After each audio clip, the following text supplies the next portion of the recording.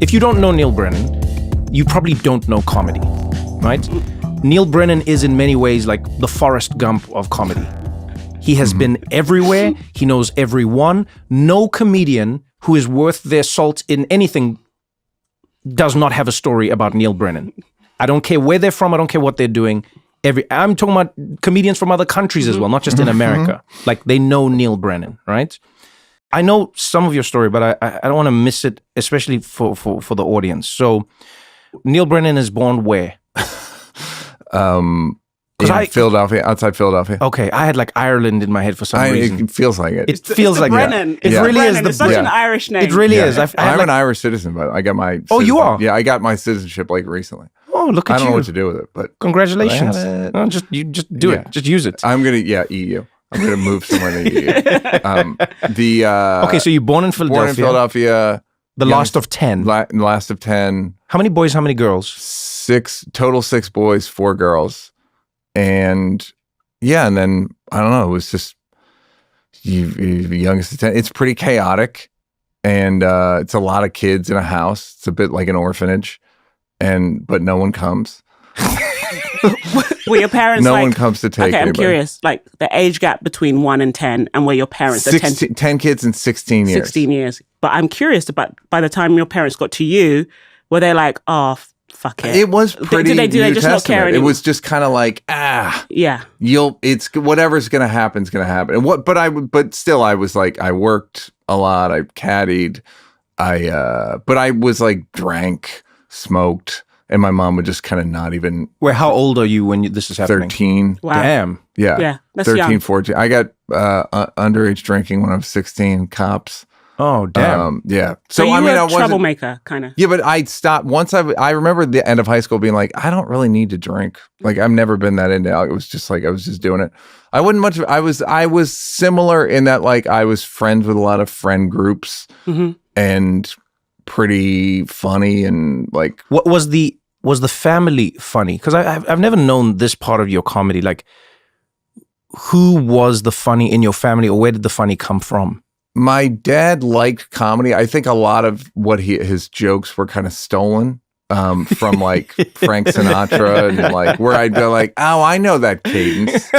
Where I'd listen to I'd watch a Frank Sinatra and I'd be like, oh, that's where he got it. He was one of 13. So, and it's a lot of boys in that family. There's probably 7 boys in this family. So it was like a lot of sort of sarcasm. And then this is a funny story. At 1 year at Thanksgiving, I'm in high school. One of my brothers said, Kevin, you're not even the funniest one in the family. Neil is. Happy Thanksgiving, everyone. Wow. Like kind of overly competitive for funniest, I guess. Specifically for funniest. Yeah. I guess in this case, yeah, or something, it was. But now, having said that, my older brothers and sisters were all so great to me in that they all had jobs that were interesting that I got access to. My brother Joe was a caddy on the PGA Tour, so I would go to like PGA Tour events like knew Kevin was a comedian, so I got entree into that. In high school, knew David Tell, knew Louis, met Louis when I was in high school, Ray Romano, all these guys. Tommy worked at the Chicago Stadium and Wrigley Field, so I used to go to Cubs games, Bulls games. I saw a white girl mistake Michael Jordan for somebody else. That's how long ago this was. Imagine how long ago this was. A white girl said, "Hey, are you Orlando Woolridge?" And I remember Michael Jordan's face falling and being like, "No, I'm Michael Jordan." This is prehistoric time. So I got a lot of possibilities. I got to see a lot of possibilities and like a lot of life choices and life paths from the family. Whenever I think of big families, I don't know. I'm torn. You know, my family, like brothers are split, right? So I have 2 younger brothers. One is 10 years younger. One is 20 years younger. So for all intents and purposes, it feels like we were all single kids in a way. Yeah. But then we all occupy an age position. Yeah. You know, so I do feel like the eldest because of age. Yeah. But has your mom's parenting changed a lot? So I would say she's changed, but not her so her ability to execute her parenting style has evolved with age. like I was talking to my youngest brother about this the other day. It's like, I don't think my mom's vibe changed, but when I was young, she could chase me. When my brother was naughty, she couldn't chase him as much as she could chase me. So I think she then had to adapt. But over a long distance, she always got me. Sure. She always got me. But I always wondered, like in a big family, like, because I craved it most of my life. And then I would meet people in mega big families and they would say, oh, I felt forgotten. I felt like there wasn't enough love to go around. Like, did you feel like that? I think just it's a resources issue. Now, having said that, the economist Thomas Sowell used to say there are no solutions, there's only trade-offs, which I think is just true about everything. So there's no one thing like that's better, because then only children, there's like downsides to only children apparently. Yeah. The ego, and they don't know how to share, or they don't know how to interact or whatever. But they're very loved, maybe too loved. I think you could persuade me either way. I think if a kid's loved, that's good. But I wasn't necessarily like, didn't get the most love from my dad necessarily, specifically. My mom like wanted to, but like had to cook or whatever. Yeah.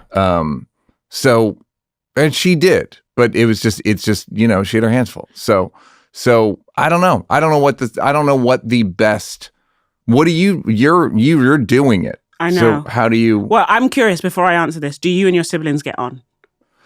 Are you close? Remember that Thanksgiving story? Yeah. That spirit remains. Oh. So I mean, it's openly competitive. My dad was competitive with us. So I think that there's like, that's kind of. So sounds like Succession. I mean, I was about to, like, your dad competing. It's white trash Succession. You said it. No, exactly. It is. It's competitive. One of my brothers used to keep track of who made the most money. That's dark. Yeah. And then Chappelle's show happened, and he was like, "This is stupid."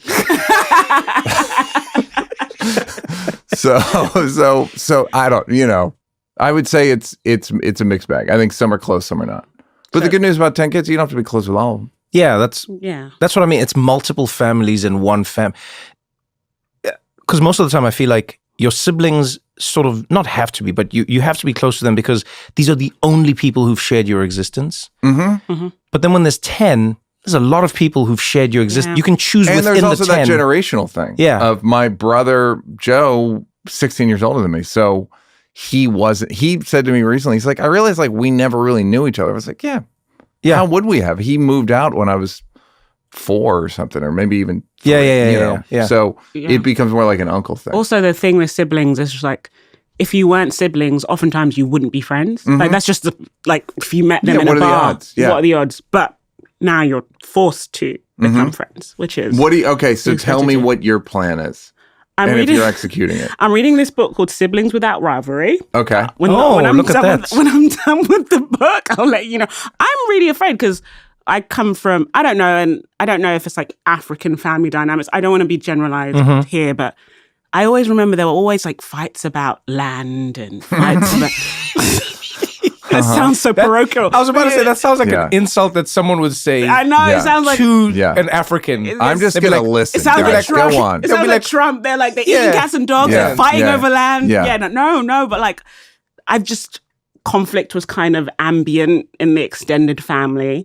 Me and my sisters are figuring it out. We're at very different phases in our lives, but we're a good unit. It's underneath that big tree from Black Panther, right? Basically. That's the one. It's just a feud. Am I seeing this feud right? The vibranium. Yeah. Christiana, there are a few things you need to focus on with your siblings.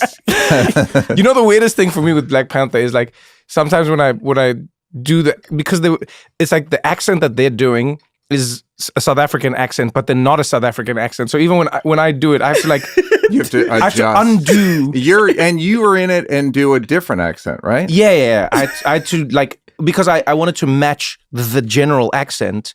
So I didn't want to like come in there with like a weird, like, what is this guy doing? Yeah. And then, so I was like, no, I'll try and like figure out the vibe that everyone's in. And then I'll go from there. Yes. And then, so it's very weird for me. Are your parents still alive? My mom is, yeah. Mom is still, how old is she? 91. Wow. Ooh. Or 90. 90, yeah. What was it like for you when your dad passed away? Because, you share very openly in your special about how, and I think you and I have connected a lot on this. Growing up in a home with a man who's very violent with his alcohol, it's a terrifying existence. Yeah. And I think you and I don't know, we bond around this. I think a lot of our comedy is shaped by this or this feeling. But I've always wondered, what did it feel like when your dad passed away? The interesting thing was we'd kind of made peace prior to him dying. Mm-hmm. And then he did the thing with the will, which is in 3 mics. But for those who don't know, what it? Netflix is a streaming platform, and I have a special on there called 3 Mics. It's one of my 3 specials. There's one called 3 Mics, one called Blocks, and one called Crazy Good, which is the newest one. It's pretty popular. My dad, we never really got along, and then he died and left money in his will to everyone but me. So it was just painful. That part was painful. But I just don't, it's weirdly doing 3 mics got it out of me, got the pain out of me. It used to weigh down on me. It used to be a cause of anger. Yeah. And now it just, either from doing 3 mics or something, I just can kind of see the positive in that. And I actually wrote him a note before he died, I appreciate the socioeconomic position he put me in, meaning I got to go to NYU. I'm paid for some of it, but NYU is not cheap. Yeah. Mm-hmm. Anything was possible. Right. Which I think is a thing that as a parent, has got to be one of the main goals. He one time said when I was growing up, we were told all you had to provide your kid was food and shelter. And I remember going the government can do that. But so I guess he's born in 1930. Damn. That's a different world. It's just a different, and I've gotten more, I don't even know if I've gotten empathetic, but I've certainly gotten less angry as time goes on. I'm curious. Were you angry because you thought he was trying to spite you? Because my instant mind goes to, as a parent, he didn't leave you the money because you were the most successful and he's the kid that thought you were going to be okay. That's my parent, giving him this grace and empathy. Yes. But was your anger because you're oh, you're trying to spite me? Yeah, it felt like a flick, a last little flick. Oh, well, you're Mr. Tough Guy or something. Mm-hmm. But yeah, it could go either. It's one of those things of could be. And have you asked your mom? Have you asked your siblings? Basically, yeah, they tried to talk him out of it. Oh, so they knew? Yeah. So you didn't know leading up to I didn't know. Wow. They knew. And they tried to talk him out of it. And he was like, nah. And and then I've heard from another brother that he was sort of slagging him about you're just here for the money. Oh, wow. It was sort of a real, he went down swinging, so to speak. So I don't really know what to make of it other than I'm glad I don't carry it because it's just it's not helpful. We're going to continue this conversation right after this short break.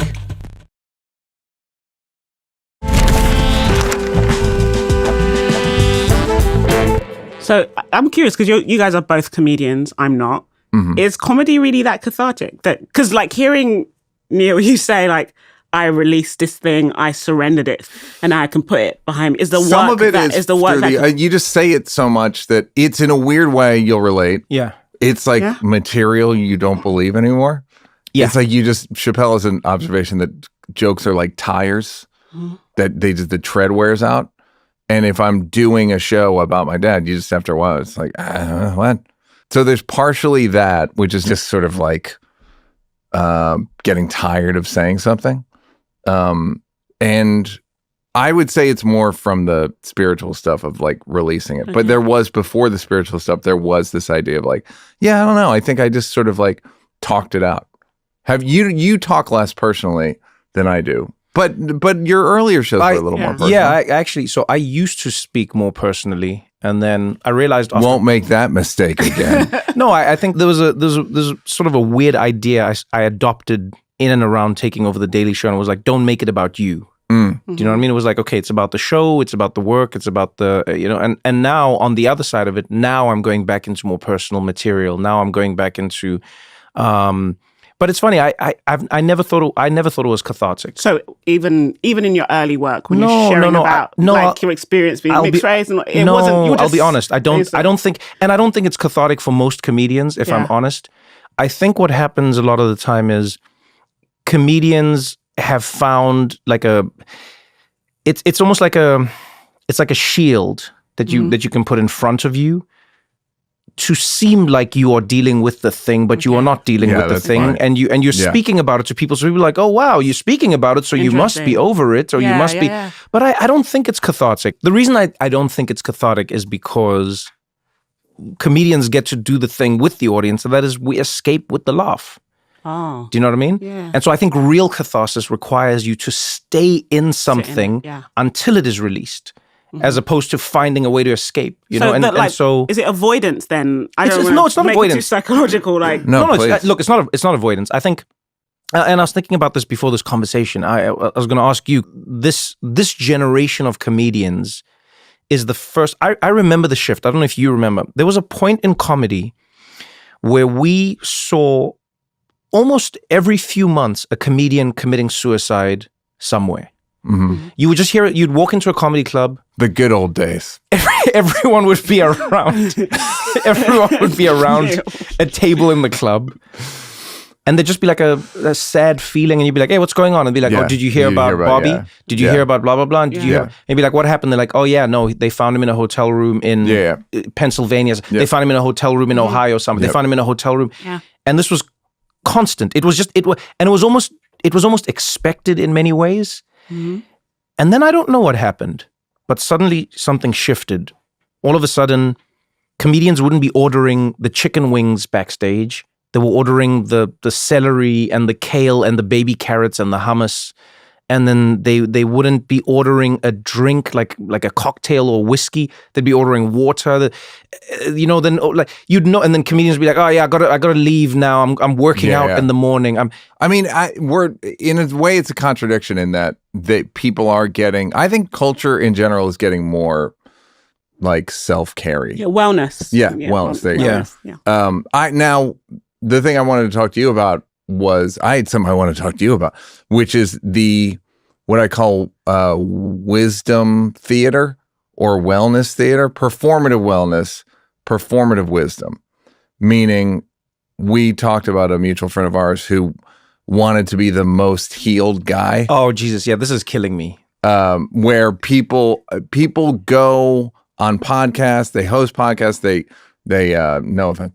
No offense to all of us, including yourself. Everyone, company included. Yes.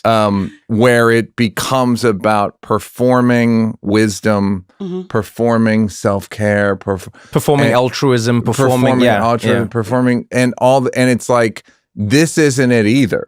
Do you think it's even helpful to have all of this, like, I meditated this morning, and just all that stuff? Because I believe it's all in service of being better at capitalism. I always say, the easiest way to see it, I'll tell my friends, is when you look at a post, let's say online, as soon as somebody says, here's how I did it, or, this is how I became more productive. I'm like, no, that's not the point. Yeah. Right. Like, meditating is not about becoming more productive. Yeah. Buddha was all about rising and grinding. If you know the story at all, it's all about... I don't know. I just think we're in the age of it right now, and I accept it. And I'll be honest. I don't mind the fact that the trend right now is to be healthy, right? Because that's a fine trend. No, if you have to pick trends, I love wellness. It's the best. Workaholism being the best and insane. of You don't even want to. I'm vegan, so I don't want to. Don't even talk to me. There was a time in comedy where one thing comedians all shared was comedy, right? Mm-hmm. It didn't matter like who you were, where you were from, what you did, black, white, old, young, woman, man. It really didn't matter. It didn't matter. We had this thing where we would go into a comedy club and it was like comedy time. Yep. And we all just had comedy. And then I noticed over the past few years, and it's funny, I'm less worried about it for comedy and I'm more worried about what it means for society, is I've noticed a creep of polarization even in comedy. Like comedy used to be everyone does everything and they're comedians, and someone will get on stage and say the craziest joke that is whatever, it can be anything, misogynistic, racist, you name it, but it's within the confines of comedy. Like they're using the tools to make a joke about it, right? And then now comedy's slowly becoming like, oh, well, those people, that's their politics. We don't do comedy with them. And these people, we don't do comedy with them. Like, do you think politics is going to end comedy as we know it? It is. Well, it's the world. It's like I've known Joe Rogan 30 plus years, and I didn't know his politics until 9 years ago. And it's not because he didn't have any. It's just because you didn't know. You literally didn't know what somebody's politics were. Yeah. Until I'm going to say 2008, the internet, social media. And then once social media started, then it became like Twitter and dunking on people, and you see so-and-so's tweet, and that's I'm triggered, and that's inappropriate, and they're going to pay. And now I have to like mute them, or I have to not like. I've actually thought, can I like this tweet? Because there's going to be there's people who will see that you liked it. Yes. Yeah. And then we're all part of so many different groups that we've always been, but it just kind of you didn't wear them all the time. Yeah. Now it's almost like there was a Daily Show joke, I think, where they had the Formula One or the NASCAR sponsorships. Right. But it was all the badges. The badges of like people that had donated. We're all these things now, and we used to just not be. I was thinking this back when Elon Musk had the rocket come back down to Earth. Yeah. I remember watching that. First, I texted him. I was so excited. Go ahead. Known him 29 years. Go on. You're clearly a verified user. I watched the rocket come down. First, I thought it was a fake video because it's so amazing that it looks fake. Unreal. Did you watch the longer one? Like the that's what I'm saying. 90-second one? That's the one I'm talking about. Wait, this is gonna land? So I thought it was going. I thought someone had reversed the video because I was like, this makes no sense. Yeah. I was like, physics. What is happening here? And I'm watching all of this, and then I texted all my friends, especially like friends who love tech and everything. I was like, this is the most amazing thing. Have you seen this? And I was like, have you? And people were like, screw that guy. I know. And I was like, whereas you were going like maybe the fascism's worth it. That's not what I was saying. That's not what I was saying. And I've now learned on the podcast I have to now be very clear. Yes. That's not what I was. This does not represent me. And even in my group of friends, I didn't understand, and I still don't understand, why people feel the need to tell me how they feel about a thing that I know they feel about. But I'm like, I'm your friend. If I send you a video of an Elon Musk rocket being caught from space, and I go, this is amazing, don't say to me, Elon Musk sucks. Yeah. I know how you feel. Yeah. They're afraid in that thing of like, if I like this tweet, am I going to get in trouble? Yeah, but this is in our own messages. I know, but we're friends.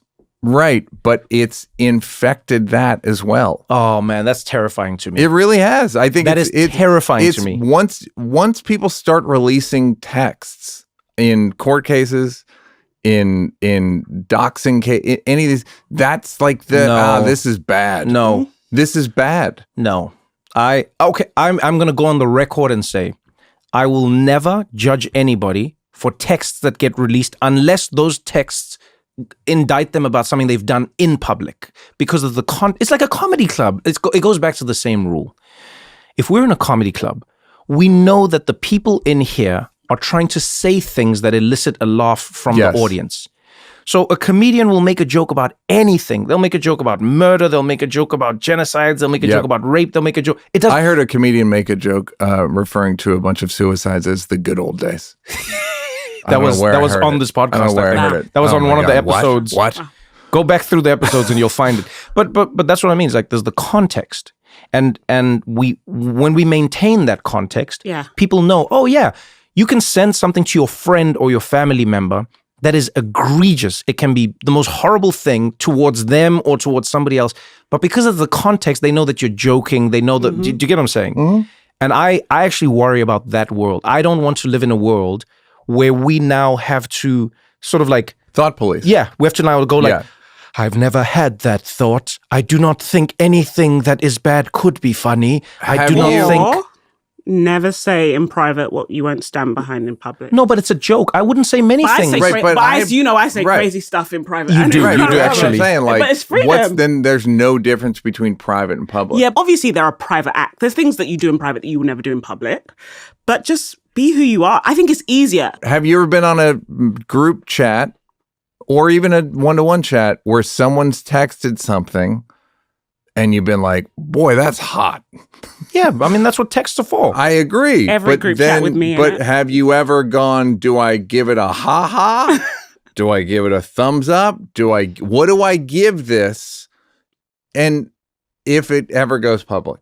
I've truly had that thought. So I think that society, it's not to delve too deep into the world of like the shadow self and all of these things, but we need to accept that as human beings, the paradox of the brain is that it is thinking about what it should not think about, even when we're telling it to think about something. It's mostly an intrusive thought. Exactly. Yeah. Everything. 90% intrusive. When I'm on the freeway, most of the time I'm thinking, crash that, run over crash here, that, run over them, run over them, crash that, crash. Yep. I'm not doing it though, but my brain is going, what would happen? What would happen? What would happen? What you know what I mean? So I actually, personally as Trevor, I judge people based on their actions, not on their thoughts. Correct. Because I go, that is, in my opinion, what makes you a good person is that you act in a way that is good for other people or for yourself, and you don't follow all the thoughts that are... In fact, if you follow all the thoughts, I think they would put you in an asylum. They would say that you listen to the voices in your head. You just be in jail.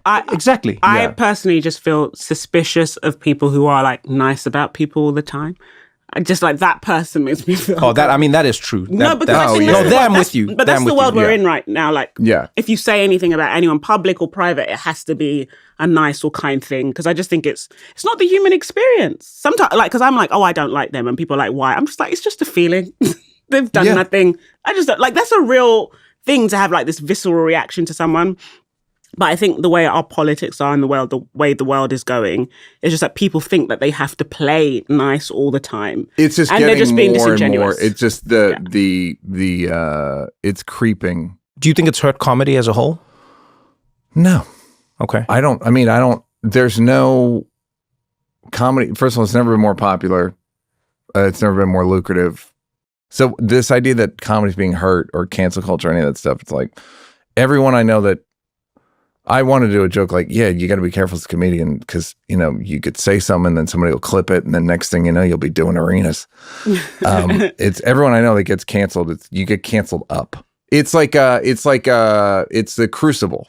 It's like, how are you going to respond to this? Yes. Mm-hmm. And then that's how people judge you. And if you cower and go, and genuflect, or if you ignore it, or if you double down, or there's like ways to do it, but it makes the audience trust you more, I think. Yes. I remember I bumped into Shane Gillis and I remember chatting to him and I was like, and I genuinely mean this. I was like, I'm so proud of Shane Gillis as a human being and as a comedian because he got fired off of SNL.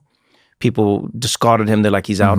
Then he amassed a huge amount of fans who were like, bring He's more. He's a prime case. They were like, bring more racism, bring more. They were like, do the thing that... And I'll never forget his first shows that he booked. I think it was at the Stand, actually, in New York. Shane comes out and he basically addresses the fact that people have come there to see racist Joe, and he's like, "That's not what I do." Noodle like a Chinese person. and he didn't, and then he subverted the whole thing, and he joked about it, and then and even now, like I go genuinely, Shane Gillis is one of the people where, and I don't think anyone quote unquote let's say has an excuse, but he would have had an excuse to be an asshole. Shane was like, no, he's like, hey man, I made some jokes, you didn't like them, I'm still gonna make jokes, and genuinely now, I think he's one of the best comedians working in the world. And when you watch his comedy, I don't care what you are, by the way, conservative, liberal, whatever you think you are, Shane Gillis is funny, But I also think it's amazing to see somebody who was able to withstand the horde that supports the worst instincts. Yeah. Because one person can go, Neil, how could you say that? You get canceled. And then what happens is there's a crowd that comes in to like claim you. Yeah. And they're like, yes, Neil. Yes. Yeah. Join us. All the things. Yes. And you know how we feel about those people. And you're like, man, I just made a joke that some people didn't like. And they're like, no, but Neil, do only those jokes. Yeah. And Shane, I don't know how he did it as a human, because that must have been really hard. I think he shrugged it off. He just seemed to kind of go like, oh. I don't know how, though.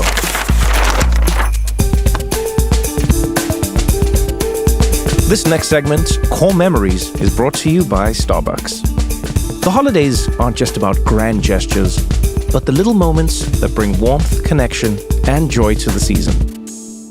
I remember the first time I experienced a winter Christmas in America. It felt like I was stepping into a movie. Because you see, back home in South Africa, Christmas is all about summer, right? It's barbecues, cold drinks, and running around outside in the sun. That's how I grew up. But here I was, sitting by the window, watching snowflakes fall. Something I'd only ever seen on TV before. Everything felt so still, like the world outside had been wrapped in a thick, cozy blanket. Inside it was warm, almost too warm to be honest. The heat was on and there was a smell of cinnamon in the air, which, by the way, Americans love. I couldn't help but laugh at myself. I was bundled in 3 layers of clothing, even though everyone else seemed perfectly comfortable in their one sweater. A very ugly sweater.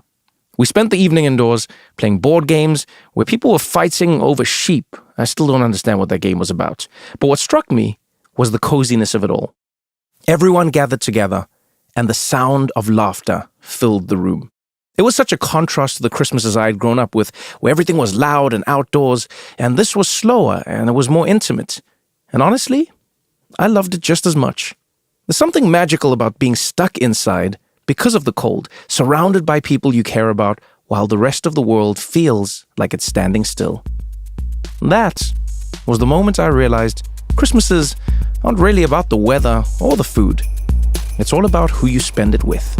There's no denying, moments like these are so much more magical when they're paired with the comforting flavors of the holiday season. Create core memories this holiday season. Order your favorite holiday beverage on the Starbucks app today. You get in trouble from time to time, and I don't say that joking, but I'm saying, how do you, what's your philosophy? So it's funny, Christiana and I were talking about this. We were literally talking about this. Day, like after the Ta-Nehisi episode on the podcast, right? I had, you name it, I had people phoning me. Everybody from everywhere. You run the spectrum from friends, close friends, going like, Trevor, like, how could you have that man on? And that is extremist and it's anti-Semitic and this is trash. And why would you even sit there and listen to him? And all the way through to strangers just being like, this is why you should be dead. I wish apartheid had killed you and blah, blah, blah, blah, blah. So you blah, got blah. my message. Go ahead. And the two of you know me in those moments more than most people, right? And the first thing I do is listen, because I go like, all right, tell me everything. Just tell me everything, you know? And so like a friend of mine would just be like, oh, he's like, you know, I can't believe you. Why didn't you ask Ta-Nehisi this? And why didn't you ask him that? And I responded and I was like, hey, the same way if somebody's coming to talk about like their documentary about something that happened in Israel, I'm not going to push them on everything about what's happening in Gaza, because this is the part of the story that we're here to talk about. And it was interesting, like when I have those conversations, I just listen to what the person is saying, what they're feeling, and then I try and understand where we're missing each other, you know? So the one note, for instance, I said to a friend, one of my friends, he was like, I hated the fact that you talked about Jewish people and then you talked about Israel and you talked about Jewish people, but then you conflated the two. And I was like, oh yeah, actually you're right. Okay, yeah. I was like, that's what I'm curious about, how much, because I find that, how much does your listening affect your judgment? Can I say something? How much growth is there? Go ahead. Because to me, I always see Trevor as very like unflappable. Maybe that's like the Swiss German, like the veneer of like, no, he seems unflappable. Yeah. So I was like, because it was like the backlash was a bit weird. So I hit him up, but I think Trevor just heals quickly and better. I call him Wolverine. Like he heals very quickly and better. Because he takes a ton of steroids? Go ahead. Maybe. I don't know. It's the shrooms, I think.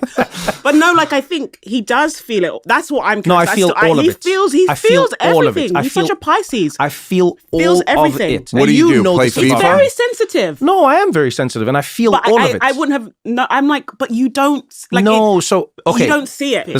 So there's a few things that have... You asked me this question and I realized there's a few things that have helped me understand this. And it's funny because I think, Neil, you'll have something similar but different because of your upbringing. So, first of all, I grew up in a house and in a country where there was a lot of violence, right? And so when I was a child watching this, I never once looked at it and went, yeah, this is right. Yeah. I even talk to my mom now and I go, why would you get so angry when you were hitting me? And she's like, because you wouldn't listen. I'm like, yeah, but why did you get angry though? I was like, you could have just done it as all right, kid, here comes your punishment. And then she would say, she's like, I was so frustrated. And I was like, I know I, cut something open. I know I dismantled the TV. I know I burnt down a room. I know whatever I did. But even me as a child, I would go, that was not ideal, but I'm not going to lose my cool over this. And then I'd get my beating and then I would cry and I'd feel it. I'd feel everything. But the thing that would stick with me is how it didn't make sense for people to lose their cool. And I talk to my friends about it and we have these big fights, but I go, every one of our parents, especially African parents, but I mean, I know, how Neil grew up, parents were beating kids and this was a normal thing. And now we joke about it. You'd be like, oh, you pray there's no shoe around and you pray Eddie Murphy had those jokes and we all laughed about it. But I think I grew up watching this going, it doesn't seem to be ideal and it doesn't seem to get where I'm going. So maybe what I did a little too much was I internalize it. So I keep it in me. But then what I do is and that's where ADHD helps. I'm having 6 conversations now at the same time. Okay. So you're speaking to me and I'm listening to what you're saying. And then I'm sort of going to one tree, which is okay, how do I agree with you? How do I disagree with you? What's happening here? What's not happening here? Do I connect with you? Do I not connect with you? Can I see your humanity? And I always go, if I see you as a person, which I do with most human beings on this earth, genuinely, I go I'll still find something to connect with you on. And so on the other side of it, when you ask me how much does it change me, I genuinely listen. So a person almost only has to tell me once, and I will keep that because it means something. So when my friend said to me, my friend who's Jewish and spent time in Israel said, I didn't like that you said Jewish and Israel, but you conflated the two. And I was like, okay, I will never do that again. But then when it comes to arguing about whether or not it's an apartheid state, I said, you are my friend and I love you. But we're not going to agree on this. And I don't think we need to agree on this to remain friends. In fact, as my friend, I hope that you'll still keep me in your life and I will work to keep you in my life. But I don't want to lose you because of this thing, because there's so many things that we're going to disagree on. Yeah. This is just one of the biggest ones, and I don't know, whether it's just this moment in time or social media or I don't know what it is, but I feel like people have less and less ability now to maintain friendships or to maintain connections that also hold a space of disagreement or conflict. It's the same thing. It's that thing about if I write haha to this text, you have this constituency in your head or imagined or whatever that I can't say disagree on this but love you the same, because then you'll lose your constituency. Yeah, and you see, for me, that I don't think that moves us forward, because I've always believed that people don't change by hanging out with people who are like them. I agree. I think we change by rubbing on each other, just rubbing off on each other. And I think the common humanity, that's why I come back to stand-up. I think of the comedians I used to meet in comedy clubs, and I still, till this day, I mean, everything, racist, misogynistic, whatever you want to call it, but they were also human beings. Yeah. You know what I mean? And I'm not excusing any of the things they did. The same way I'm sure someone wouldn't excuse some of the things I did or said or as a person. You all have your faults. But the one thing that would connect us first and foremost is that we were comedians. You remember we'd even say as comedians, you'd be like, man, have you seen that guy's new bit? You'd be like, it is the most racist bit you've ever seen, but God, it's funny. Yeah. And holding that paradox, holding that cognitive dissonance, I think was key to us. And you would see, not all, But you would see a lot of the comedians evolve over time because society would evolve and you would shift and you'd find a lot of the comedians who were doing the jokes they were doing back in the day wouldn't do them anymore and they would evolve slowly. My objection to this primarily is like, it's fine when it's all like theoretical, we're working on jokes, that person's a bit racist, that person's a bit misogynistic. But we're living in a time where women currently can't get abortions in many Completely states. with you. So there's like real world implications of whether it's sexism, racism, transphobia. So I think it's difficult because these people in our lives that have unsavory views, it feels like they're winning. I feel like the world is shifting to the right. I feel like the world is a scarier place. And that's like just true. Like you look at elections, you look at all of this stuff.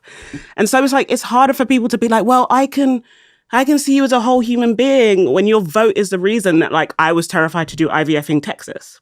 Because I was like, well, I'm a woman with a history of loss. And if I need to get a D&C, will I be able to get one? Will a doctor give me one? Right. So there's like real world implications for like these controversial right wing or even like super far left ideas. And some people are like, I actually don't want to be around that in my personal life. And I don't blame them. Do you know what I mean? Of course. That's the two thoughts I had is it's a bit like being friends with two people who don't get along. And you're like, I was just you have lunch with somebody. Yeah. And then you go meet with their enemy. And then you're like, and you're like, am I a piece of garbage? Both of these people have been good to me. Yeah. And then the other thought I had was, do jokes lead to action? If you make a joke, does that mean you stand with that? Yeah. And that's where comedy comes in, because it's like, do I? I don't know. I can make a joke about anything. I don't stand with it. It just, my brain did that construction, and I was like, this might be fun. But if a comedian does their job properly and the joke is good enough, you won't get in trouble. So I used to think that, but then I realized we've robbed the world of context. And on one of our previous episodes here, when Yuval Noah was here, right, the author of *Sapiens* and *The Nexus*, he said something that really stuck with me, and it was, we are living in an age where we have more information than we've ever had in our lives. We have access to more information, but we don't have enough time to process it. And I think the problem with like comedy now, let's say, or jokes even, is there's no context anymore. Yeah. Then even when Twitter began, the first people who followed comedians on Twitter, and people all agreed that this was a place where people are making jokes. They are not real things, right? And then the context spread, the algorithm moved things around. Now you're sitting at home, minding your own business. You're a super religious person, and then some video will come on your feed where someone's trashing religion, making jokes about it, and you're like, you get angry, but there's no context. You didn't want to see that. Yeah. You didn't ask to see. And I think that's like one of my key issues with social media, is the fact that people are not asking to see. They're not opting in any way. I feel like it should be like an opt-in as opposed to an opt-out. But people are seeing videos that they don't want to see, videos that are like actively making them angrier, sadder, more afraid, etc.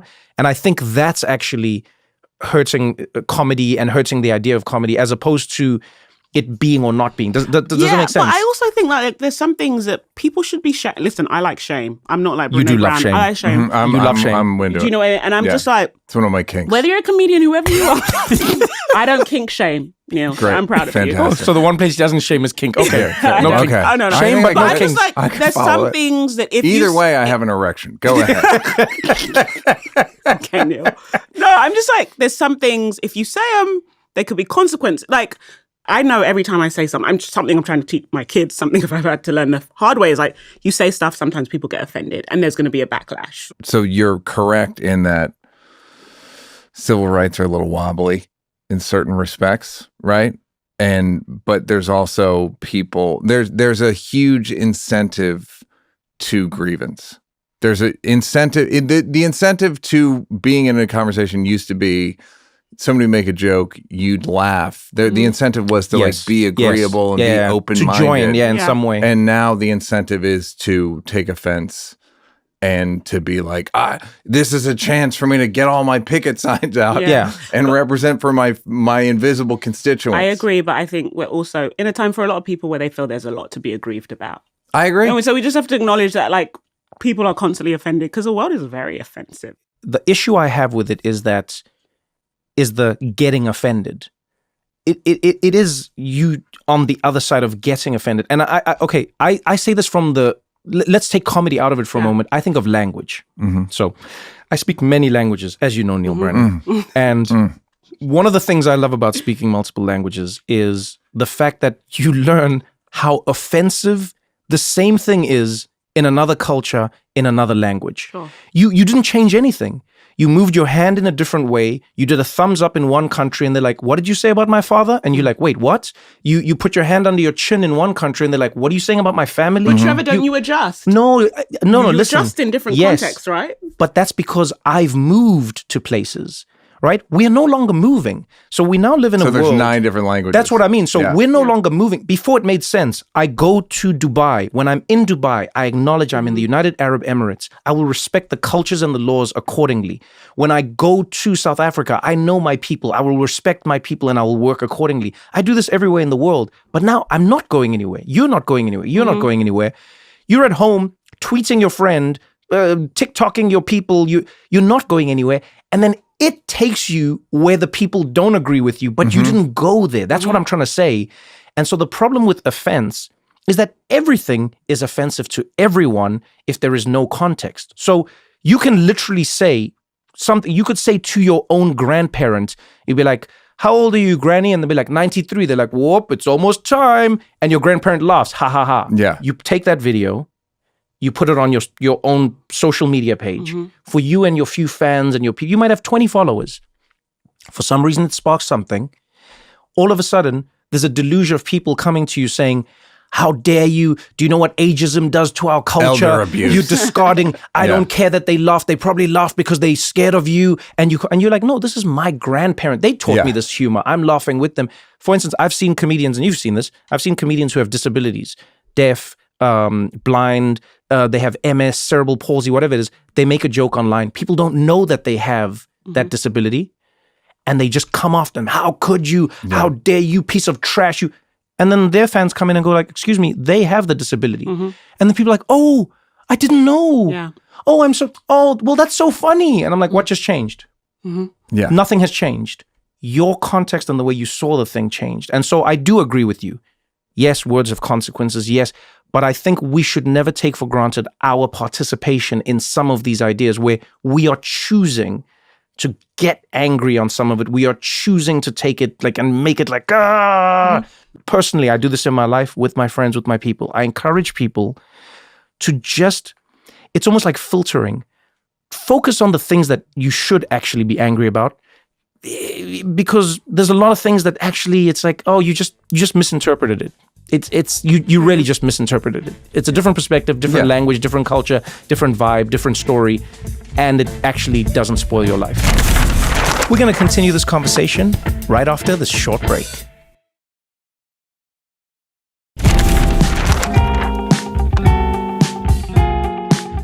I don't know what the solution to this is, but I still go back to my belief that the solution doesn't lie in people siloing themselves. I believe as Trevor, this person has no incentive and will never even shift a little bit if I'm not in their life. And I will never see their perspective if I'm not in their life. Trevor, you have that kumbaya and Mandela stuff. But it's not kumbaya, man. Get out of here with all that. No, but it's something... Jive turkey. No, I'm saying, okay, Trevor hired me because I was on Twitter talking shit about The Daily Show. Great. That's how we met. That's the type of person. No. That's not why. You see, the why was wrong. But you came across my tweets. You were like, yes. Oh, this person really disagrees with what I'm doing at The Daily Show. He found me interesting, my mind. Yeah, but I'm complimenting you. He's the type of guy that we like see those tweets. You know what? I'm gonna hire that bitch. That is Trevor. Like he just is. That's like, a direct quote. A direct quote. Yeah. But it's like, even the way he had his writer's room. And look at where we are now. No, it's something you were part of helping me win an Emmy. You were part of helping make the show the best thing it's ever been. I'm like, I don't know how you hold that. It's something I really admire as someone who can be very tribal. Actually, politically, my friends are all over the map. Have you changed in any way? That's what I'm She curious definitely about. has. No, I've changed my opinion about lots of stuff. No, it's like, do I completely disregard that version So of myself. can I just say something about both of you real quick? As your friend, both of you, I've seen both of you change because of me, and both of you have changed me because of you, because you're in my life. Christiana, I've watched you become funnier and looser as a person in the time that I've known you. Like, I've literally watched you. I like what you said, but like with the Twitter thing, yes, you were trash talking me and trash talking the Daily Show and everything. But more importantly, I saw somebody who was super smart, really, like the way you saw the world and the way you like understood ideas and what you brought in and your journalistic brain. I was like, damn, this is amazing. I wasn't hiring people on Twitter who were just like, Trevor Noah, you suck. Go back to your country. I wasn't like, this person needs to come to the Daily Show. Yeah. It's not about that. I'm able to look. They already work there. Go ahead. I'm able to look at the thing that lies beneath how you respond to me. No, I admire it. And so when I look at the two of you, you've become funnier, like more chill, more everything. Right, Neil, let me tell you something. When I met Neil Brennan, so I'll take you on a little journey. When I met Neil Brennan for the very first time, I was on Twitter, and this was the good old days of Twitter where people were just making jokes. There was nothing serious on it. It was just jokes. Before Christina came and made it all tribal. Go ahead.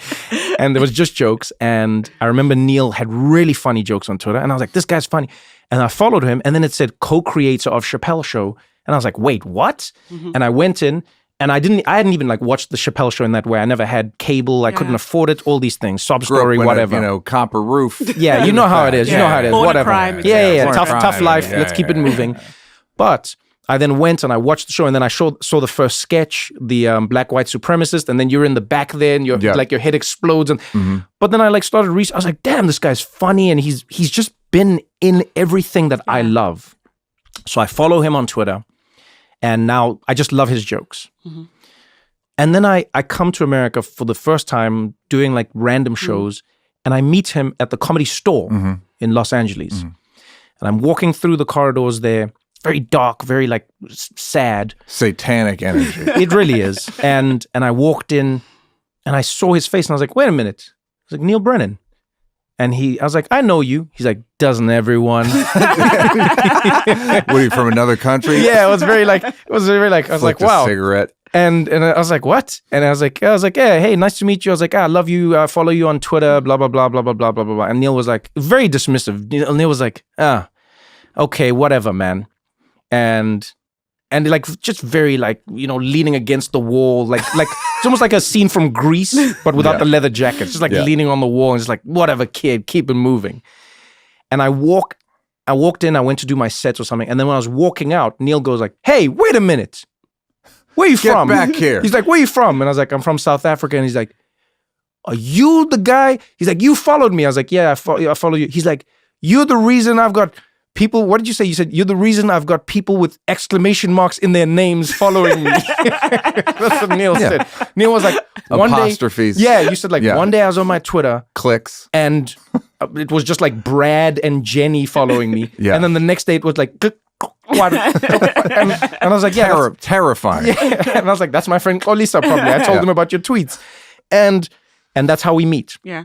Neil was like, and I hope you don't mind me saying, but like Neil was, I mean, you were grumpy. You were just like, the world is like, everything is bad, dark, yes. Energetically dark, always just like everything is shit. And God, what do you talk? No religion, and just like, and why are you smiling? He used to hate that I smiled. He's like, are you serious? Neil would even say to me sometimes, like, what are you so happy about? Neil. I don't think I said. He said that. I may have energetically said it. He said no. He said it. He said, what are you so happy about? In fact, he has a fun story. Neil, and I've told the story before somewhere, I'm sure, but maybe with you, but like. Neil, I remember you and I were sitting in a random, it wasn't even a diner. I don't know what it was. It was a diner, yeah. It was a diner in Denver. Neil was doing the improv, I think. I was doing the Comedy Works. Okay, the Comedy Works. So we're having a late dinner after this, like, midnight type thing. We've both done our shows. And then classic Neil with his cynicism, Neil's like, how was your weekend?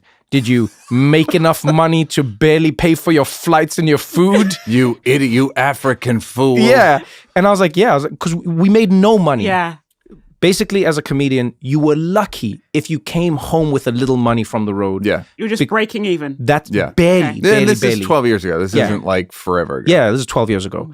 And at some point, Neil turns to me and he goes, "What are you doing here?" Yeah. And I was like, "What do you mean?" And he's like, "I've seen your life in South Africa." He's like, "Why are you doing this?" He's like, "Go home. People love you told him there." to go back to told him Africa. Yeah, he told me to go back to where I came Yes. from. And he's like, people love you there, and you're doing arenas. He's like, "Here, you're in a comedy club where people came in for free and they don't know you, they don't even like you." And he's like, "Why?" He's like, America's not ready for what did you say? America's not ready Americans for someone. don't like foreign Yes. comedians. Yeah, you were like, Americans don't like foreign comedians. And then we went through a list and he wasn't wrong. He's like, Ricky Gervais is the only one who made an impact. And they Yeah. made a show, Yeah. but they Yeah. made Americans Yeah. the Yeah. show. Yes. And then Neil said this to me, and we had this discussion back and forth for a while. And I was like, oh, and I took it in a good way. I was like, Yeah. "You know what, Neil?" It's like, "Thank you. What like wonderful. You're such a good friend." He's like, "I don't even know if I'm your friend. We're just in the same city." But I've always seen this, and I've always said that. I was always like, what a sweet, loving guy. I was like, this is a sweet, loving human being who has been hurt by something and someone in the world. Yeah. And now he wears like a little shell So on you the saw outside. him. You saw Yeah, him. the same way I Yeah. see you. Yeah. The same way I see everyone, genuinely. We see past all this, Okay. Christiana, Okay. to the real you. Okay. Go I ahead. don't like to be seen, by the way, so Of this feels course very not. uncomfortable. So I was like, this guy's a nice, because I think I meet people sometimes who are very nice, and I go, this person is an asshole, and I do not want to know them as a human being. Yeah. They will burn your life down if they Yeah, get the chance. for sure. Yeah. And then I meet people who are prickly, and I'm like, you're a good person. Yeah. You know, you hide I'd it. also like to say that once John Oliver made it, I called him This was really funny. and said, "Okay, you can come back." No joke. I stand corrected. Yes. He that's literally phoned me. Yes. And I was It in South like, Africa. Yes. I go, "All right, you can come back." That's interesting. Because it was kind of pointless. Yeah. Yeah. But my point is, When did he get sweeter? But this is what I'm saying. I got sweeter over time, especially in the last 5 years. What But, like, happened? What made you? I remember like, telling you about therapy, and you were like, "Meh, meh." You didn't tell me about therapy. No, I remember talking to you about therapy, Oh, and yeah, you were yeah, like, yeah. "Meh, did you meh." go to therapy? I've been going to therapy since I was 23. Yeah, but now you went into But like, once Trevor told me about it. no, you know what I mean. You opened your heart, Neil. I opened my heart from ayahuasca and DMT and MDMA. I'm sorry. I don't know how. Who did you tell? Who did you tell about religion? Who did you call when you said like, "I now believe there might be a God"? You were one of the first people I believe I called. Really? Yep. So because I knew he'd like it. But It you know I what, was Trevor? Back to you, incentivized. because Trevor, you don't I like but you wanted see, he points. cared. Trevor doesn't like to speak about he himself. even cared that I would like I it. remember what people are into. I was like, Yes, who are which my is God which is a people? nice. That's what I mean. That's what. And I genuinely. Yeah, I never mean. was a jerk. I seemed jerky, That's my but point. was kind. That's my Yeah. point. But Trevor, the thing about you, because you don't like talking about yourself, but I want to make it about you, that I find remarkable and I'm still learning, is that you're, and I think it shows in your fans, in your life, you're able to have like this big tent where loads of different people can come in and you never feel uncomfortable. Like you could just live in difference and tension and maybe that's because of your childhood. Yeah, it's because of my childhood. But in a way that I'm still not there yet. Oh yeah, but you were know. lucky. You grew up like, first of all, you're Nigerian, so you've Yeah. always had like your people, Yeah. and then also like your family and your. I've grown up as a singular. Mm. You know what I mean? I was and still am the only person in my family who even looks like me. Obviously, you can find features in my parents. You'd be, oh, I see. Yeah. But no, my mother's a different color to me. My father's a different color to me. We are different people. And in the family, I'm a different person. And do you get what I'm saying? So Does that make you feel like lonely or you just... No, it was the opposite, funny enough. It didn't make me feel lonely because I don't spend all the time looking at myself, which is great. It's interesting that you say like you, or maybe you said it like that you, because of you are like kind of tribeless in terms of nobody looks like you. Yeah, nobody, no. So the whole, everyone's your tribe. You could take it as a prescription to be lonely. Yeah. Or you take it as like, oh, all right, well, I guess I'm everybody. Yeah, no, I was always just like, because it was the only way I was. And I think most importantly, my tight nucleus treated me as the in. So it's not like my cousins treated me strange. Not my grandmother, my mother, nobody in my circle. I was Trevor, fully just Trevor. And then because I understand other people's languages, I would find a way to get in quickly. And then my friends very quickly, I mean, till this day, you all know my friends, but they just treat me like me. Yeah. So I I don't even look down and be like, whoa, my skin is different to theirs. No, I don't do that. And so let me ask you this. Why do you think, I'd love to know, why do you think as Neil, you were always more comfortable and more honest in black spaces than most white people? I've just never been that racist. I love that you say that. No, because everybody's racist. Just I'm just saying it's just a matter of degree. Yeah. So I've just never been that racist. I had access because one of my brothers who worked at the Wrigley Field, and all of his coworkers were black. They were always so nice to me. Eddie, Michael Jordan, Spike Lee, Arsenio. Right. I mean, this is like a creepy story. I'm like 9, right? 9 years old. I used to have to, Eddie's on Saturday Night Live. I used to have to run, my parents would get home. I used to have to run upstairs to hide that I wasn't watching it, right? Because they'd get home and I'm 9, I'm supposed to be in bed. At a certain point, I say to my mom, hey, you need to let me watch Saturday Night Live. It's important. I remember being 9 and going, what are you talking about? It's important. Again, it's not even like I'm so saintly. It's just like, it's stupid. It's just like, it's illogical. It's illogical. It's like you and I immediately I was like, oh, I think I know what you're like. Yeah. I don't care about your anything. It's like, I know what you're like. You're a very opinionated person. Like, okay. Yeah. I'll see you at the next argument. There's no, so it's not, I don't know. I just never really bought that into it in terms of, like a social construction. You weren't I don't even, it's you just not were like, this is the person. Yeah. I don't know. It's also just access.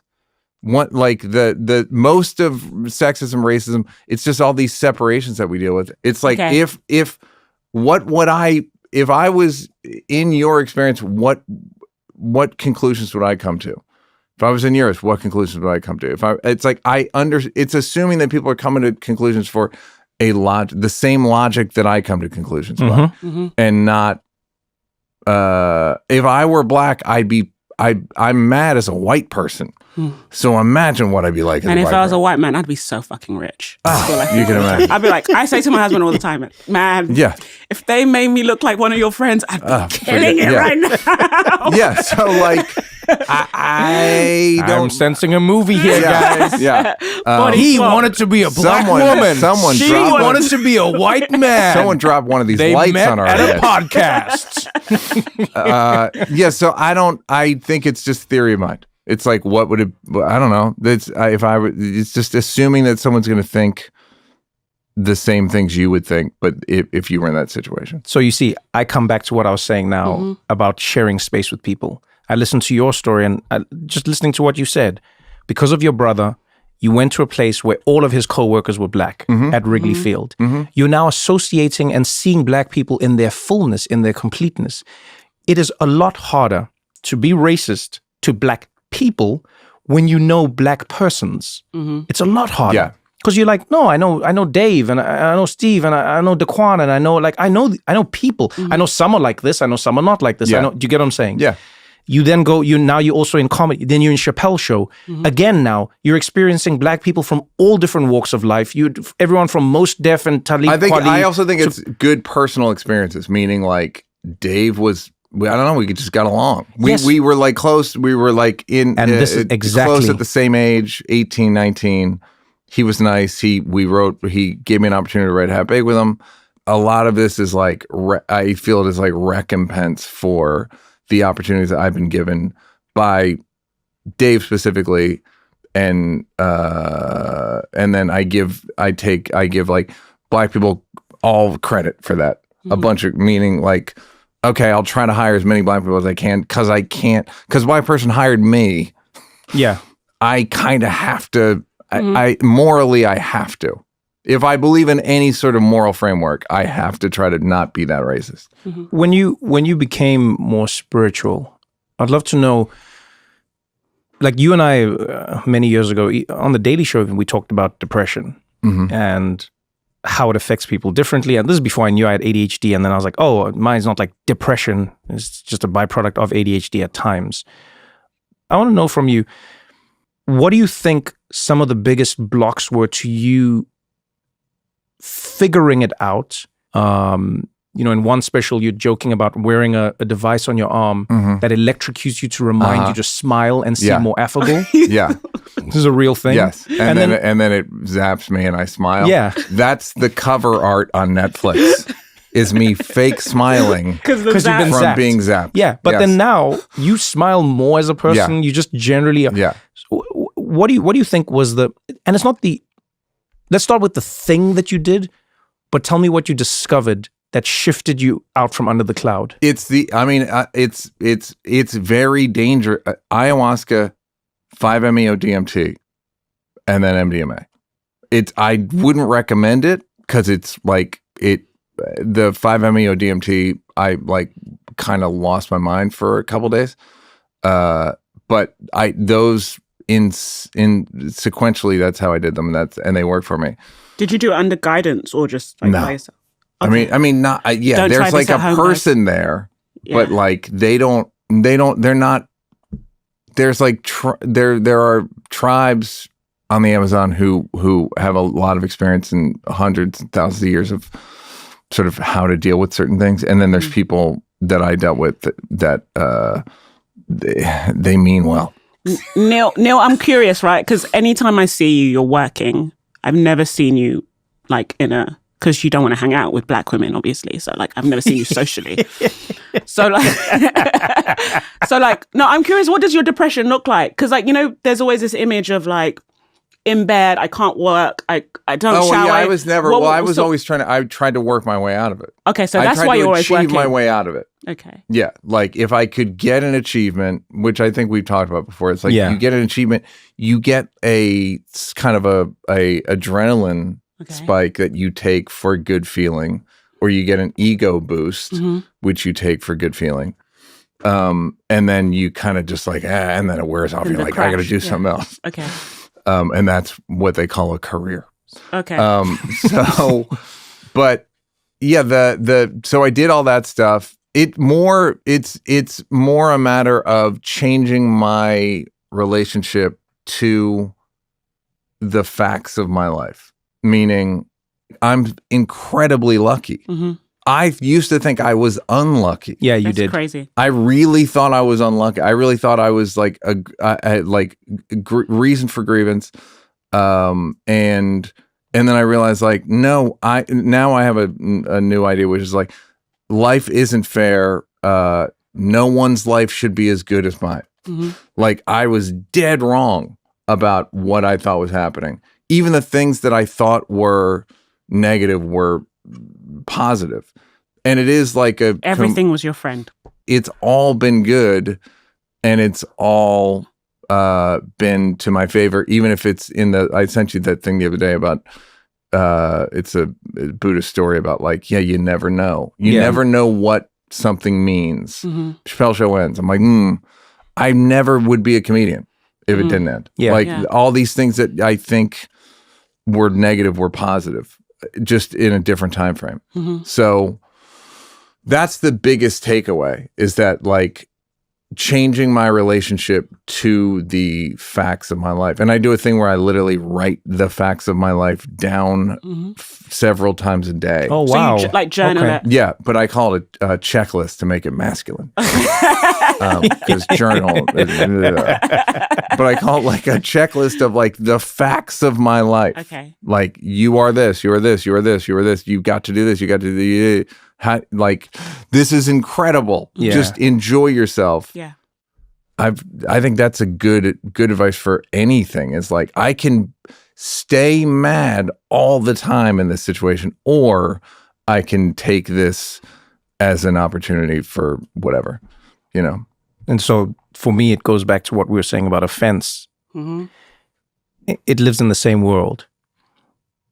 I think in everything I'm hearing you saying, the facts didn't change. Your house, your car, your life, your job, your friends, your opportunities, that didn't change. Your relation to them changed. Your relationship to them changed. And that's what I think about, funny enough, with genuinely how we see the world a lot of the time, with its, things online that offend us, people that make us angry, stories. A lot of the time, it's just your relationship to it. is acknowledging the fact is it has happened or you're seeing it. Yeah. But now what is my relationship to it? And just shifting that lets you off the hook from feeling like you're wearing a weighted vest. That's what I hear you say. It's so hard though. Oh, it's incredibly hard. Yeah. I think that. But even like being a mom, I'm sure is like really tries your patience. Yeah. And you could occupy that space of like just being aggravated all the time, which I think a lot of parents did for a long time. Or you can just be like, I'm gonna feel this way, and I have to figure out how to deal with it. Yeah, I mean, I just like surrender. Yeah, that's Then my girlfriend says that all the time. Yeah, She's like, it's the most zen thing in the world. Yeah, it's just surrender. like I have a 4-year-old. They're gonna be 4. Yeah. Until he's 5. And then they're gonna be 5. And then he's gonna be 5 apparently. Thing. Yeah. So which is his own, and just like the surrender and the acceptance of like, this is what it is.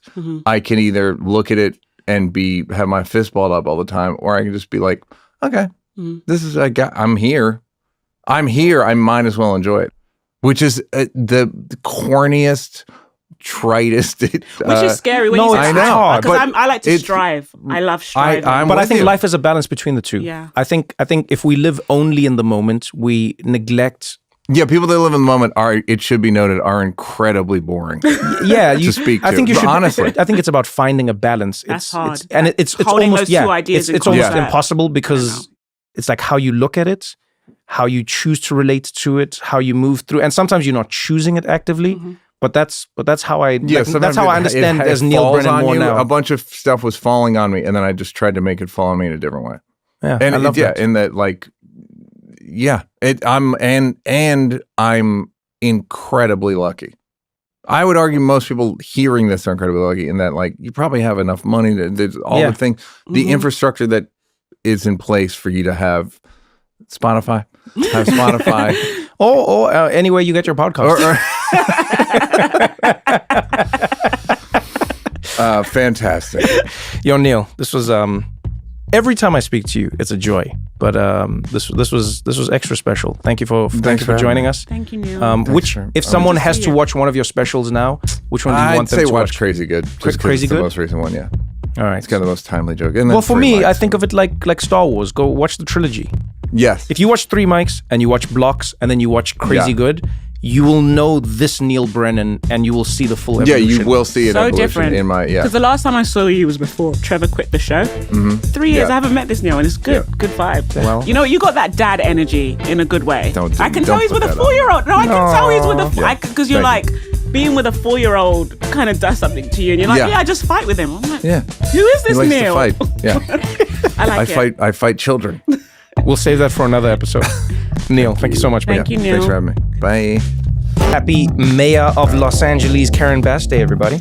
Happy Karen Bass Day. Happy Karen Bass Day. I love speaking to mayors because after years and years of speaking to politicians, I have been told by, I would say like the majority of politicians, that mayors have the most direct impact on your life. Like if you live in a city, a mayor has more of an impact on your life than the president of your country does. And most people don't think this. Most people are out there in the streets, especially in America. I've noticed like in America, it's all about national politics. Christiana, I feel like of all of us, you have the highest stake in this conversation because you are a resident of Los Angeles. I do. Are you not? And, you know, I've had some experience with mayors. Boris Johnson was the mayor of London and then became the prime minister. So I have a lot of feelings. I've had the worst mayors. I had de Blasio and Boris Johnson, and Karen, I have no view of it right now because she's currently reigning as the mayor. I want to speak to her about, everything, obviously. But, you know, LA right now, I think one of the big topics, obviously, is homelessness. Yeah. Yeah. I find that people are more angry at homeless people than they are at the situations that make people homeless. For sure. Yeah. Like they make it seem like people leave home, kiss their family, and they're like, "All right, honey, I'm off to be homeless. See you soon." Do you know what I mean? And it's like no one wants to be homeless. Listen, you know how you know that nobody. Yeah, you know how you know nobody wants to be homeless is because all homeless people try to build homes. Have you ever noticed that? Yep. Yeah. Yeah, especially like in LA, it's such an expensive city. I think I've only had the misfortune and fortune of living in really expensive places, London, New York, LA. And this LA housing, there's an affordable housing crisis here. And it's just like, it's no surprise that there are people who have full-time jobs and they live in their cars. Like that, that's the thing that like blows my mind. I'm like, you have people who are doing all the right things, right? They went to school, they got a job, or they have a trade. Like they are contributing to society and they still can't afford an apartment. And even if you're not contributing to society, I don't believe that you should have to live on the street. You understand? Like that's my view of the social contract. And it's just, LA is terrifyingly expensive. LA is a place where like rich people are nervous. So that makes you think like, what is going on here? And I don't know, how does a mayor fix that? Because I think LA in many ways starts to suffer from all of the bigger problems that America has federally sometimes. Yeah. You know? I don't know. I hear what you're saying. If it comes up while you're talking about the homelessness and everything, I had 2 questions, if I could sneak in 2. It depends on what they are, Josh, but go ahead. Okay. Well, one is about how you balance, or if you can balance, making illegal something that can inevitably happen to a person. To me, the way that we've in America made homelessness illegal is like tantamount to becoming old illegal. Yeah. But it's an inevitability under certain circumstances. Yeah. Yes. It is something that is completely out of your control. Yeah. And then the second thing is about if she feels the need or thinks there will be a need to override or overpower the people in the way that a lot of LA residents end up voting against their own interests because they're worried about their property value. They don't want this piece of land becoming single family housing or whatever. So then eventually someone may have to step in and be like, I know that you think you're doing what's best for you, but it's ruining everything. And if she thinks the state should have that type of power, if she thinks she'll have to do anything like that, because it's going to keep getting worse, you know? It's the classic case of NIMBYism, right? Not in my backyard. Yes, exactly. Yeah. And it's so easy to become that person, Trevor. Oh, it is. It is. But I'm like, Lewis, who's that? Who's that walking down the street? Can you go and check? I'm like, who stole our lemons? Someone's been stealing my lemons from my lemon tree. We have a lemon thief. And they take them in like bundles. And I'm like, you just have to ask. Just ask me. I'd give you my lemons. There's a lemon thief. And I'm like speaking to the neighbors about it. And I'm like, I'm supposed to be a socialist. And I'm getting furious about lemons. So the NIMBYism, it happens. It comes to all of us. And we just have to fight it does come to all of us. Yes. It's funny. I used to steal lemons all the time. So, well, not steal, actually. I used to walk around neighborhoods with my mom when I was younger. And we would find all the streets where people had fruit trees. And all we would do is just it was like blackberries. So you would steal people's fruit? Blackberries, apples, lemons, limes, peaches, anything that we could find hanging. We didn't even think of it as stealing. It is a tree that is growing. No. The thing is, they take a lot of the lemons, Trevor. They take like 10 lemons at a time. And if you ask me, I will give them to you. Wait. Like, how do you know it's one person taking 10 lemons and not 10 people taking 1 lemon? That's a good point. But my spirit tells me it's one person taking a bunch of lemons. I just, on a spiritual level, Nigerians, when you can feel it. You can feel something inside you. Say tifo. I just know it. Maybe, listen, people knock on the door and ask. If you ask, take it. I have never thought an owner of a lemon tree cares about the lemons on it. I know. I mean, the fact that they even say, like, if life gives you lemons, make lemon. Like, you know what I mean? That tells you lemons themselves are already not like a sought after produce. Okay. Because think about what that phrase even means. It's like, if life gives you lemons, if life brings the worst to you, try make something good out of it. And then Christiana's there fighting like, this is my worst. I'm just a grateful person, even for the lemons in my life. When I was growing up in the township in South Africa, nobody had anything. And what I mean by that is you had the very bare minimum. Everyone had a basic structure. Sometimes you didn't have running water inside the house. So there was a shared tap or faucet, that connected a few houses. There were outdoor toilets, etc. Everyone had nothing, the bare minimum. And because of that, everyone shared everything with everyone. And what I mean by that is like space. Like someone would walk through your yard to get to another yard. And it was just like, yeah, this is the shortest way possible. So you would walk through your neighbors' backyards all the time and you just greet people. Hello, hello, hello, hello. It was like, yeah, because I mean, of course, you need to move through my space to get to another space and it's convenient. I get that. And there were all of these instances where people were, quote unquote, infringing on another person's space, but it wasn't felt that way. It wasn't treated that way. And interestingly, you'd see one family in the neighborhood, they would start to do well. You know, a parent of theirs would get a job in the city or whatever it was, and then they would build a wall, would be the first thing they'd build around their house. The houses had no walls, and then there'd be a wall. And then they would put like spikes on the top of their wall so that you couldn't climb over the wall. And then they would get a car at some point. And then they would and it's amazing how as the people got more money, they became more and more isolated from the community around them. They stopped speaking to people as much. They stopped getting the occasional weak tie that would meander through their yard and have a random conversation with them. Their children played in their yard and were never in the street and all of a sudden became ostracized from the other kids. And it's amazing to me how in this machine that we live in, we've all been conditioned and we've all been taught to get as much as possible. But then in that, you know, like the ring from Lord of the Rings, once you have your precious, you are terrified of sharing it with anyone or anyone taking it from you. Yeah. And so you have to become like a golem that goes into a cave and hides with your precious. And we don't realize what we lose, funny enough. You know, and by the way, I'm guilty of it in many ways. I think many of us are. But you take for granted what you lose. You take for granted the fact that you're constantly not with the people around you because you're constantly afraid that they will want to take the toasters in your garage, when in fact, you don't need that toaster. You didn't care for that toaster. And the thing you actually need in your life is community and somebody to look after your kids who you actually like, who you didn't hire from an app, who is forced to be on that app because they also don't have. It's just like a wild. You're speaking my language. It's funny. Lewis walks with Obi every day to school. So he does about 10,000 steps a day, which in LA makes him a crazy person because no one really walks in LA.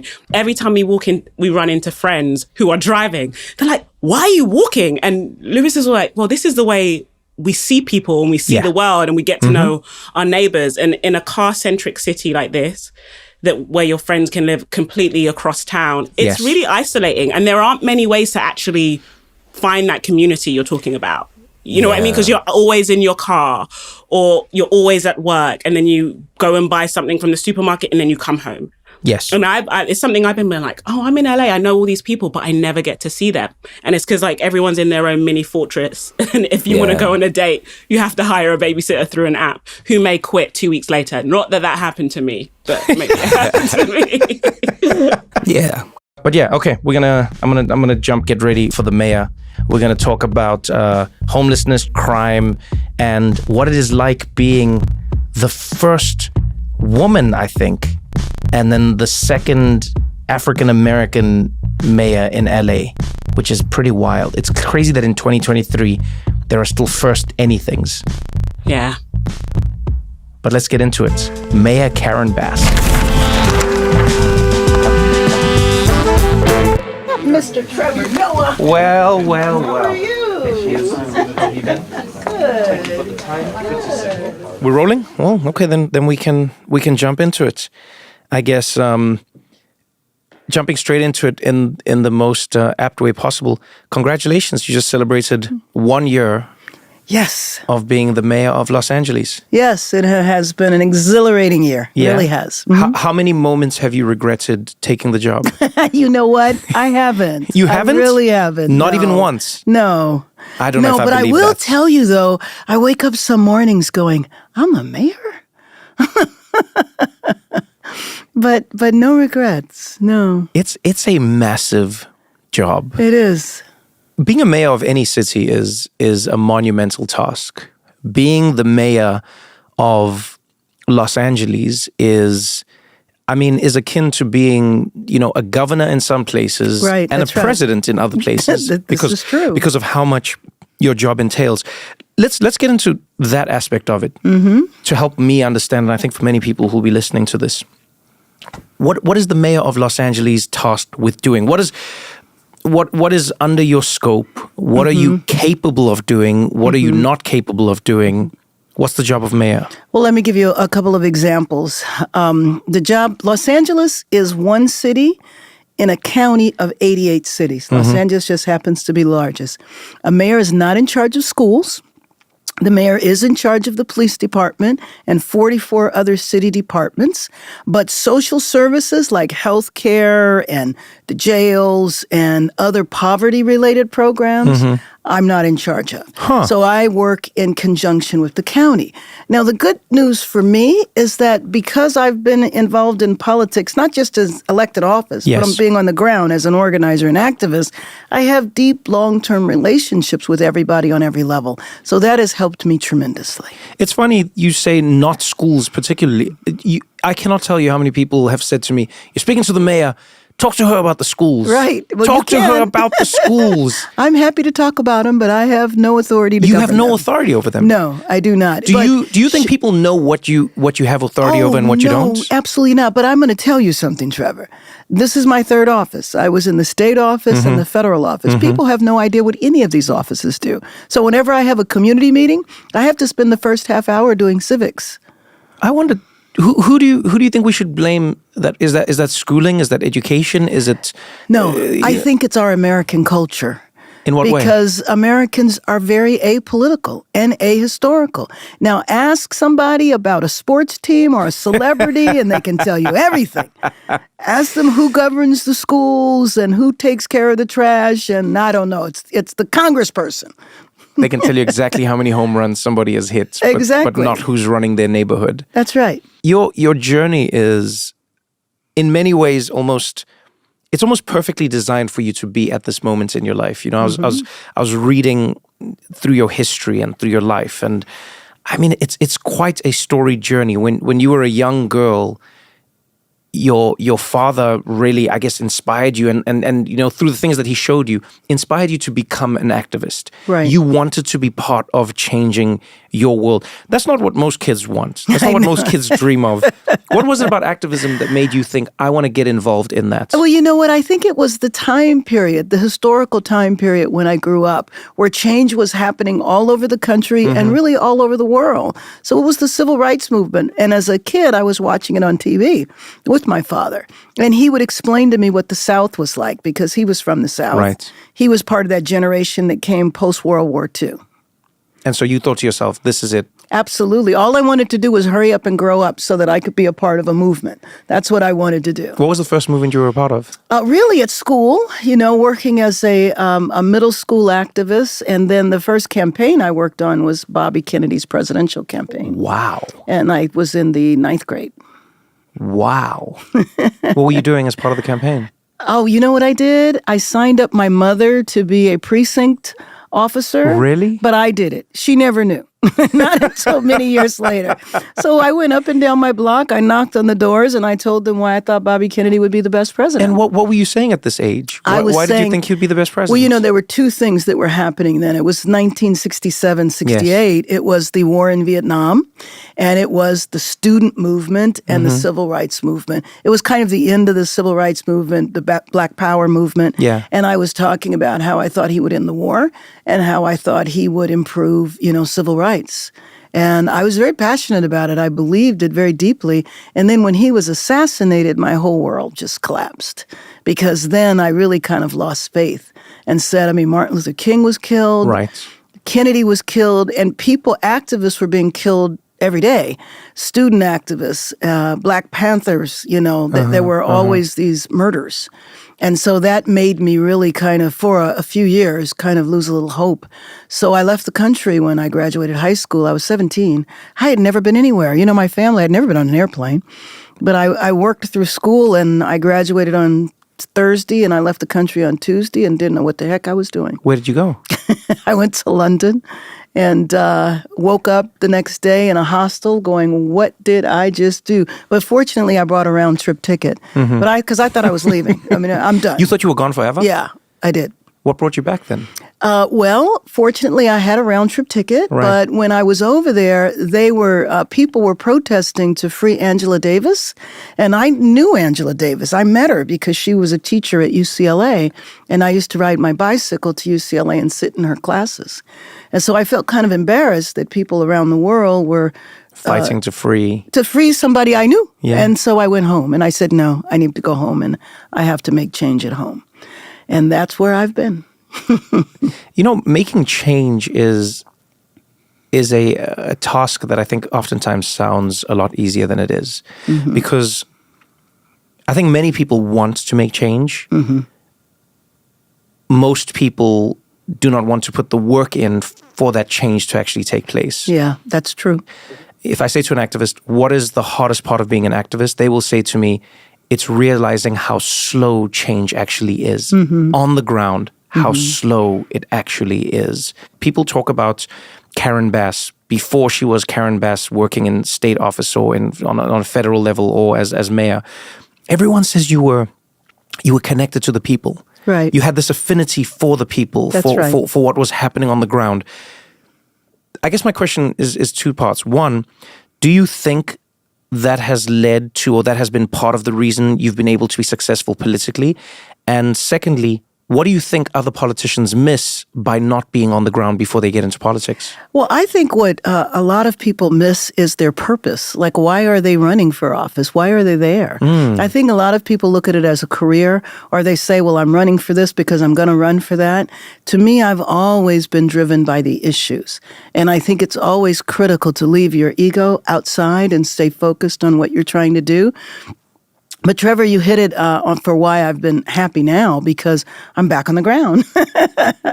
And I'm back doing things that I was trying to do really 30 years ago. Right. But I was a community activist running a community organization, but I didn't have the authority or the power. We were trying to deal with homelessness in 1993. We were trying to take over motels, and everybody thought we were crazy. Was it worse back then? Or? No. Homelessness then was in South Central and Skid Row. Okay. And it was probably, we didn't count, but I could guess it was probably maybe 3,000 or 4,000. And just think now in the city, not the county, in the city, it's 46,000. 46,000 in the city alone. That's right. If you add the county, you got to add another 20,000.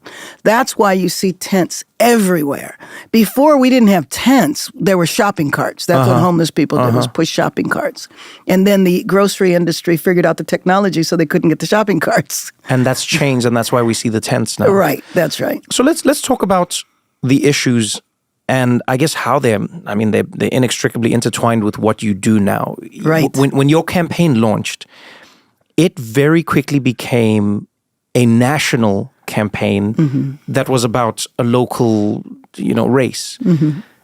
I don't think I've ever seen a mayoral race get the amount of attention that this race did. Oh. You were running against Caruso. Right. And it was this race where I think he was spending, in total he spent $100 million, $104 million if my numbers are correct. That's right. On the ground. That's right. Your campaign spent $5 million. A little more? Yeah. How much was it exactly? I raised $9 million, and then other okay. people contributed $5 million. So it was So the external contributions were $5 million, and right.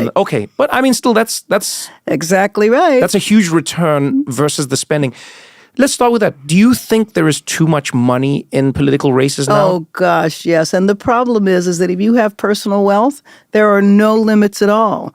I was subject to limits. I mean, I could only ask somebody for $1,500.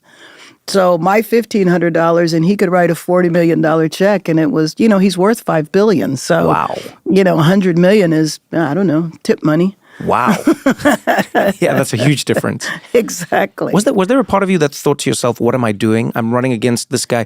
No. I mean, he's the guy he made the Grove. People were like, we love the Grove. I do too. Can he make all of LA the Grove? It seemed like such a wonderful proposition. That's right. And here you were running up against what seemed like an immovable object. Right. Just grinding and, going from one speech to the next, from one issue to the other. You were both talking about the same issues, but in very different ways. Right. And it seems like, the votes turned out accordingly. It seems like your message resonated with voters in a different way. Because LA like many cities in America and in the world, in my opinion, post-COVID, has really been dealing with an explosion of homelessness. That's right. Everybody has an opinion on this issue. Mm-hmm. Very few people have offered solutions in and around this issue. And when very few people have an understanding of the issue. Well, let's start with that. Mm-hmm. What is causing this rise in homelessness? Why is it that you have, just as you said, in the city alone, 40,000 homeless people? That's right. Well, you know what? It's important to look at the categories of people that wind up unhoused. Yeah. They might not be able to be in a house because their wages aren't high enough, but it also might be that they've been evicted before, their credit is bad, they were incarcerated, they might be a teenager. There's 9,000 children who are unhoused with their parents. Wow. And then there's also a lot of foster children that when they term out of foster care at 18 or 21, they have nowhere to go, or you don't have first and last month's rent. So there's the economically unhoused. But the fastest growing sector of homeless people are senior citizens who are in their late 60s and 70s. Maybe they worked in a shopping mall all their life, no 401k, no pension. You can't live here on Social Security if you even have it. And then they get priced out of the rental market and they are homeless. That has to be one of the scariest stats I've read, and in many ways one of the most pertinent, I feel, because when people have conversations about homelessness, I've noticed that there is oftentimes it's almost like a resentment that people have towards the homeless themselves. Well, because they believe that they're homeless because of their own fault or bad decisions. Right. But they don't look at the circumstances. I mean, that says something about a situation that's larger than just like people who want to take drugs and not live anywhere. Exactly. And that is a common viewpoint, that everybody who is unhoused is either a drug addict or mentally ill. Mm-hmm. And of course, that does comprise some people. But if I was out on the street for a couple of weeks, I can't tell you I wouldn't use drugs, and I can't tell you that my mental health wouldn't be compromised. Right. A lot of times it's the chicken and egg. You know how some people get addicted? They take meth to stay awake at night so they don't get assaulted. You have women suffering from domestic violence. There's a lot. You have veterans, and listen to this one. This one's crazy. A veteran winds up homeless because he or she might take veteran benefits. Yeah. Then that means they make too much money to qualify for veteran housing. So they have to choose between their benefits or housing. So all of these reasons are why people wind up homeless. You have a lot of people who were formerly incarcerated, and they can't go home because their brother might be a felon, and they don't have any place to go, and nobody's going to rent to them, and no one's going to hire them. So, it's a lot of circumstances that have led to the explosion. And what I describe is that, number one, is the evisceration of the social safety net that we used to have. Which was? Really bad. Well, we had better health care in terms of substance abuse and mental health. There were programs that people could be in. And LA used to be a heck of a lot cheaper. This city used to be affordable. I remember that, where I worked as a young person, worked part-time, went to school, and still afforded to live on my own. You couldn't possibly do that now. So all of these reasons lead to the problem, but I also believe that really bad policy decisions were made when I started Community Coalition 32 years ago. That's when it was the war on drugs, and all the laws, instead of helping people with addiction by drug treatment, we just locked everybody up. And then now, 30 years later, we're letting them all out to the street. So the reason why I ran, because I was perfectly happy in Congress. You know that. You interviewed me. I told you how much I loved Africa. That was my big thing. It was a hard decision to leave, but I was so afraid that if he won, that we were going to have flashbacks to 1990s and we were going to start criminalizing the very people because people get so angry. That's why it was so important for me to win and to prove that the problem was solvable by getting people out of the tents and into motels. We're going to continue this conversation right after this short break.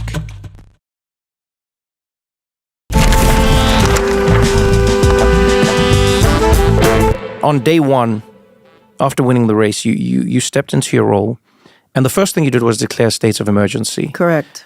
Now, as I understand, that gives you a breadth of power that you don't necessarily normally have. Right. And it enabled you to do things that you felt needed to be done immediately. Right. One of those, which was controversial, and I understand why, is you wanted to get as many people off the streets and into hotels. Help me understand this, and help the listeners understand this concept of taking people who don't have homes, unhoused people, homeless people, and then putting them into hotels.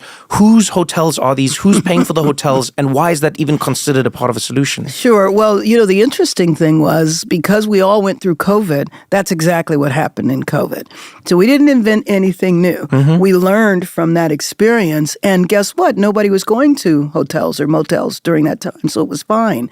So we're not putting people up in the Four Seasons. We're putting people up in the Snooty Fox. I mean, right. in motels that are in the community. And I think that the motel owners that didn't want anything to do with us years ago realized this was a pretty good deal. They didn't have to rent their rooms by the day, or in some places by the hour. They didn't have to do that.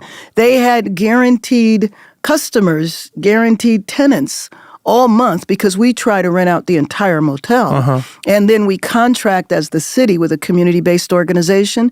They provide the meals and the social services. So people aren't just left there on their own. They have counseling, they have services, and they have 3 meals. Is this a viable long-term solution? No. Okay. Because in my head, I don't think putting people in a hotel forever seems like it's gonna work long-term. No. Even just as on a cost level. Right. I think it's going to work for a few years, but we are also fast-tracking the building of housing. So that's the big problem here in LA, is that for so many years, the no-growth or slow-growth movement restricted building housing.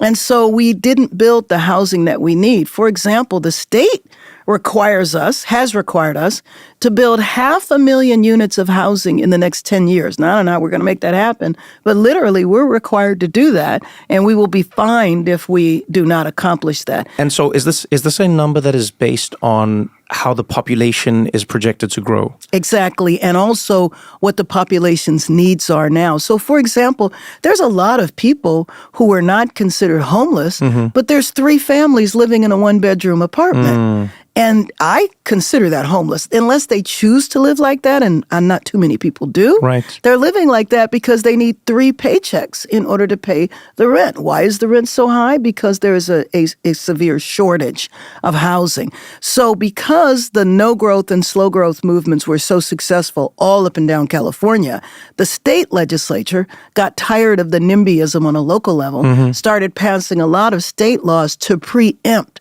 the blocking of building.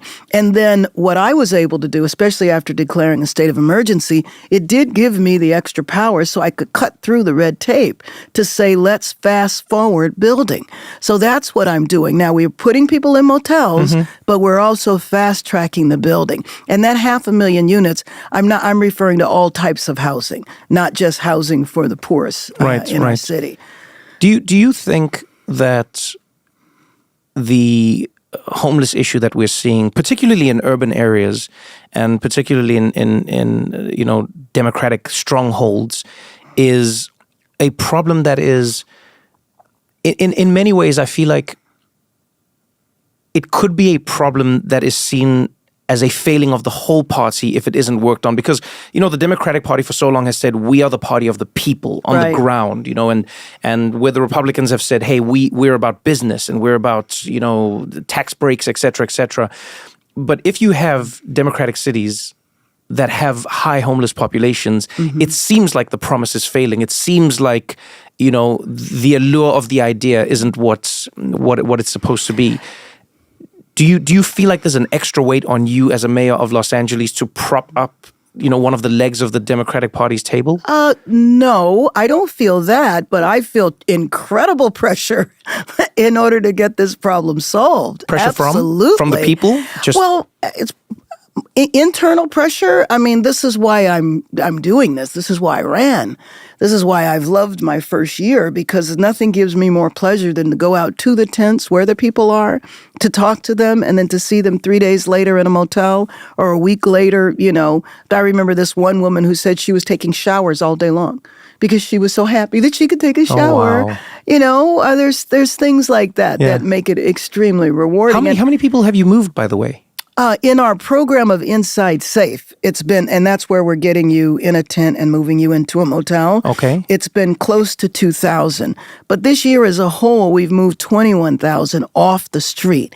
And there's a variety of ways we have done that. 21,000 people moved off the streets. Right. So they've moved off the streets because we were given vouchers and we were able to get people in housing with those vouchers. That's been one of the problems. Years pass, including like last year, LA turned back thousands of vouchers to the federal government because they couldn't figure out how to use them. Some of the red tape has been insane. I'll give you 2 examples, make it crazy. One is, I can't let you use a voucher unless you prove income. Well, you've been in a tent for 5 years. How do you prove nothing? Right. And then I can't let you use a voucher because you don't have a government-issued ID. Well, if you gave me a motel, I'd have an address where I could have a government-issued ID. So I went to the federal government, to HUD, and fortunately our great HUD Secretary, Marcia Fudge, who I served in Congress with, spent months talking to them, and now they've waived that. They said, well, you know what? I'm going to assume you're poor enough because you've been living on the streets. Right. So that barrier went away. So that allowed people to get housed. It's so crazy how often you hear that as a story in America. It's like it becomes the cycle. It's really just chicken and the egg, egg and chicken and the egg. You know, I remember hearing a story of a man who was living out of his car, and he was sleeping in the car in Santa Monica. And then because he was sleeping in the car, he got fined. Because he got fined, he now had to pay the fine. He couldn't pay the fine, and so then he got a summons. Right. He got a summons to appear in court. He couldn't go to court because he was going to either lose his job or go to court. And so then there was a warrant out for his arrest. And then now he had a warrant. And now here you have this person who is now basically going to go to jail possibly, when all they were trying to do was sleep and live. Well, he also might have gotten his car towed. Yeah. And he can't get his car out, which means he's now lost his car, which means he's lost his job, which now he's in a tent. So have you found ways to decriminalize being homeless? Because it's, Josh, who's one of the people on the podcast, we talk about each episode before we go on. He said something that I really loved, which was, he said, it's interesting how America will criminalize something that may be inevitable and out of your control. Right. Because other crimes are an action that you should have been able to avoid. Being homeless isn't one of those. How do you criminalize something like that? And what have you done if you've done anything to decriminalize being homeless? Well, you hit on what my concern was about my opponent. And that was my flashbacks to the 1990s, is that the level of anger and disgust in the city toward the unhoused population was so high that I was afraid if the wrong person won, that they would just criminalize folks. Because there was a lot of talks about 3 strikes, meaning I'm going to give you 2 tickets, and on the 3rd ticket, if you don't move or if you haven't disappeared, I don't know where you're supposed to go to, then I'll arrest you.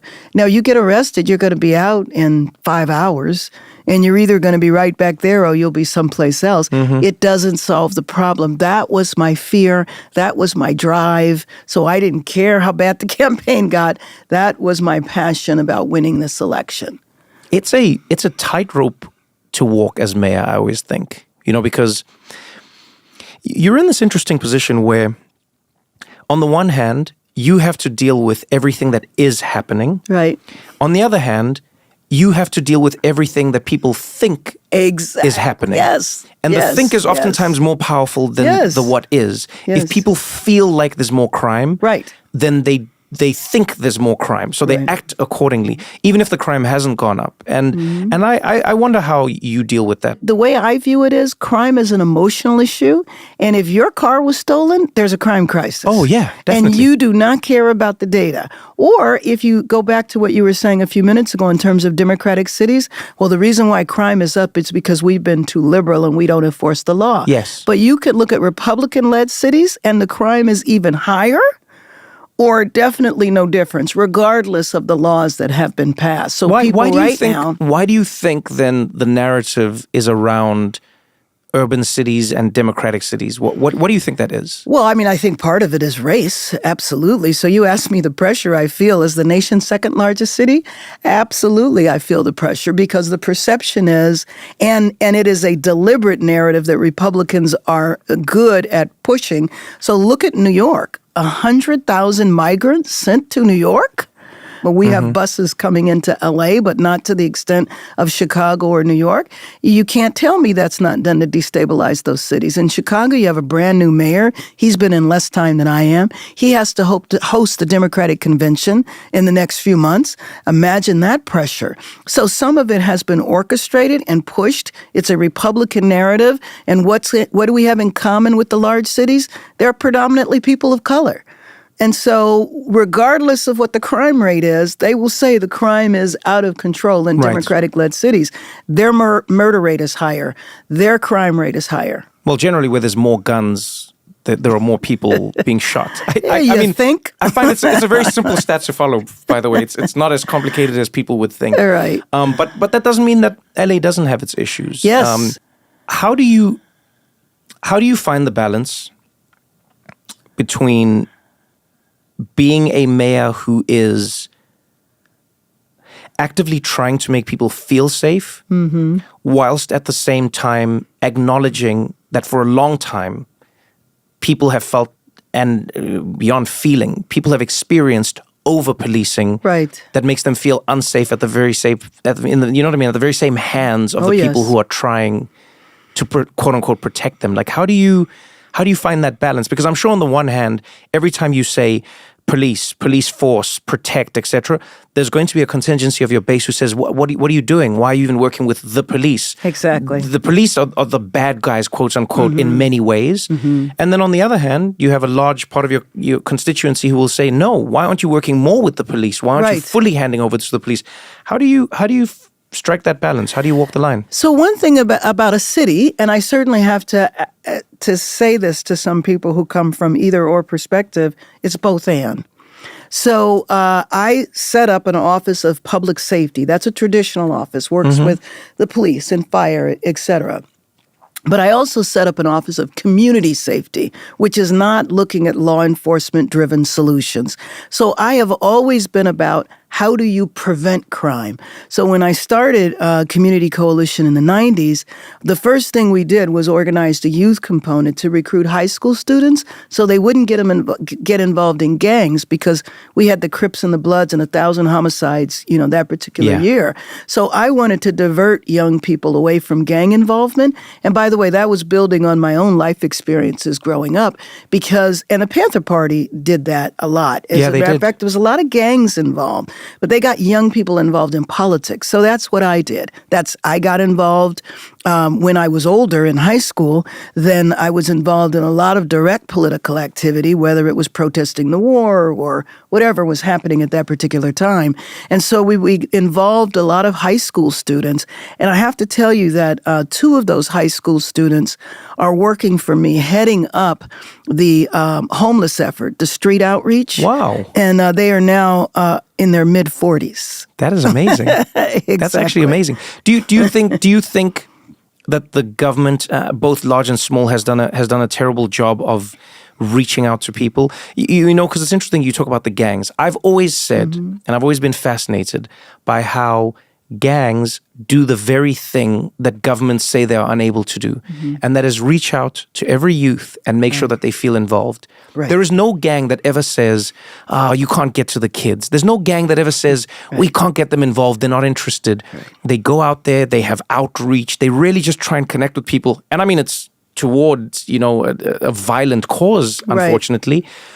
But the essence of it is fundamentally sound. Like, what do you think the government could be doing to reach out and to connect with young people to make them feel like there's a hope that they can work towards? And what I found over the years is that it is not difficult. It's just that we are not committed to doing it. Because what we did is we provided a safe alternative for gangs. What a lot of people who are drawn to gangs, a lot of young people are, it's a surrogate family. It's doing what you described. It's providing you protection. It might be providing you an income. It's providing you all of these things in a negative way. Right. Well, if you provided those things in a positive way, people would not get involved. But as a society, we refuse to invest in long-term solutions. We always invest in law enforcement and suppression activities, but we will not address root causes. That's why I started the organization in the 90s. That's why we started the youth component. And I'm happy to say that 30-some years later, now it's been about 3 or 4 cohorts, almost generations of young people who graduate out of that program and they become involved in some way in their communities. Now they're all over the country. And we've tracked them and stayed connected to them. And now that program, that model has been replicated around the country. But I do not find it to be difficult. I find that we just refuse to invest the resources. When you talk about enjoying an exhilarating year of being mayor, I wonder what your most frustrating moments have been. I know you're a very positive person. Yeah. But I'd love to know what you wish you could have done more of, or what you wish you could have done. Like, are there aspects of your job where you go, I wish I could do this, but I can't? Every day. But I will tell you, I wished I knew what I know now about the bureaucracy, and I'm afraid that there's so much more I don't know. So in other words, I gave you two crazy examples, 3 if you include the veterans who don't qualify. Right, the vouchers. But there's a lot of internal bureaucracy that is just done because it's always been done. And that's one thing, that's one statement that makes me crazy. We do it this way because we've always done it this way. Well, how's that working out for you? 46,000 people on the street. So doesn't it make you think that maybe there's a better way of doing things? Yeah. So just the inertia of, well, this is the way it's always been done. Or for people who think, well, I can't do something differently. That's where it's been helpful that I never worked for the city before. So I feel like I just parachuted in and this stuff looks crazy. And I don't believe, to me, I'm not going to violate the law. But if it's not a law, then don't tell me I can't do it. If there's people dying on the street, don't tell me I can't get them off the street. But what our policy basically had been up until now is you have to stay on the street until we build you a house. That's insanity. You asked me whether or not we would do the motels forever. Yeah. No, it's way too expensive. But what our city did that New York didn't do, or rather I should say what we didn't do and New York did, New York years ago invested in long-term interim housing. Yes. And New York also passed a policy that says you have a right to housing. So we never developed long-term interim housing. We said we don't want anybody in interim housing. We want them permanently housed. Well, that's just wonderful. But then you have this bureaucracy that it takes 5 years to build something. So I've been trying to dismantle all of these bureaucratic hurdles, but I had to learn them. And I wished I would have come in knowing about them. What's the one thing you want to do now? Like, if I know there's something on your list that you're working towards, something that you're trying to overturn, something you're trying to change, something you're trying to fix. What is it? So we have the people in the motels, and as I mentioned, a community-based organization takes over. But Trevor, we have stretched these organizations way beyond their capacity. Yeah. So now I'm trying to think of a new way to provide the kind of supportive services that people need, because I don't think you stay in housing your whole life for free. Well, that's a good deal if that was the case. But I think 2 years with strong supportive services should be able to mainstream most people out. But then there are people that are profoundly mentally ill who will need to be taken care of the rest of their life. So you asked me what I hope to do next is pay attention to the service delivery for the people that are in the motels, and then fast track as fast as possible the building of housing. It feels like there was a time in America when mental health was maybe not spoken about more, but definitely dealt with more. It feels like there was it feels like there were more mental, hospitals. There were places where people could go for psychiatric care. It almost feels like that's fallen away as an idea. It's like 1 minute the hospitals existed, and now those hospitals have sort of been replaced by jails and prisons. Well, that's 100%. What happened was 50 years ago when Ronald Reagan was a governor, and then he goes on to be president, basically dismantled all of the hospitals because bad things were happening in them. But We closed the hospitals, but then we made a commitment that we would build community-based services. Never happened. It never happened. So now in California, next year, voters will have an opportunity to vote for what we should have done 50 years ago. So you are 100% right. That's why us not having enough money is a lie. Because it costs way more money to incarcerate somebody than it does to take care of them. Just like you asked me about gangs, our country, our city, our state has refused to invest in our people, and especially people who are the poorest. We have no problem saving the world or destroying the world, however you want to look at it. I mean, if it's the defense budget, it's unlimited. We think nothing of $50 or $60 billion that we're going to give to another country for, a war that they're fighting or rebuilding that they need to do. But we refuse to invest in the American people. This is the richest country in the history of the world. It is inexcusable for people to be sleeping on the street. Don't go anywhere, because we got more What Now after this.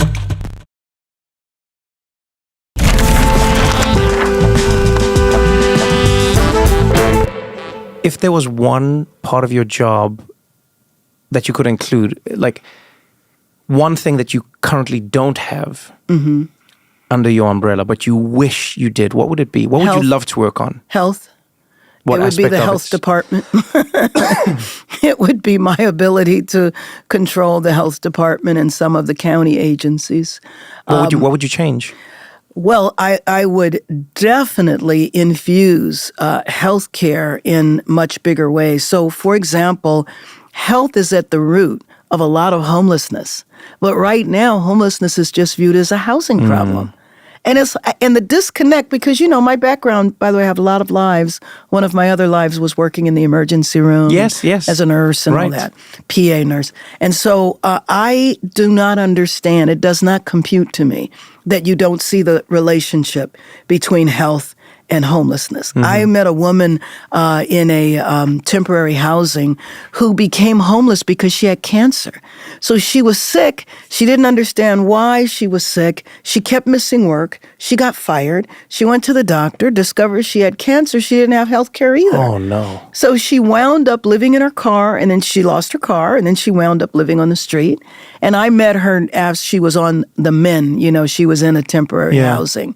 So a lot of health conditions out there. Everybody thinks about substance abuse and mental health. Yeah. But I've seen diabetes. I've seen heart disease. I've seen high blood pressure. I've seen a lot of different health issues. Especially living in a country where people cannot afford to get sick.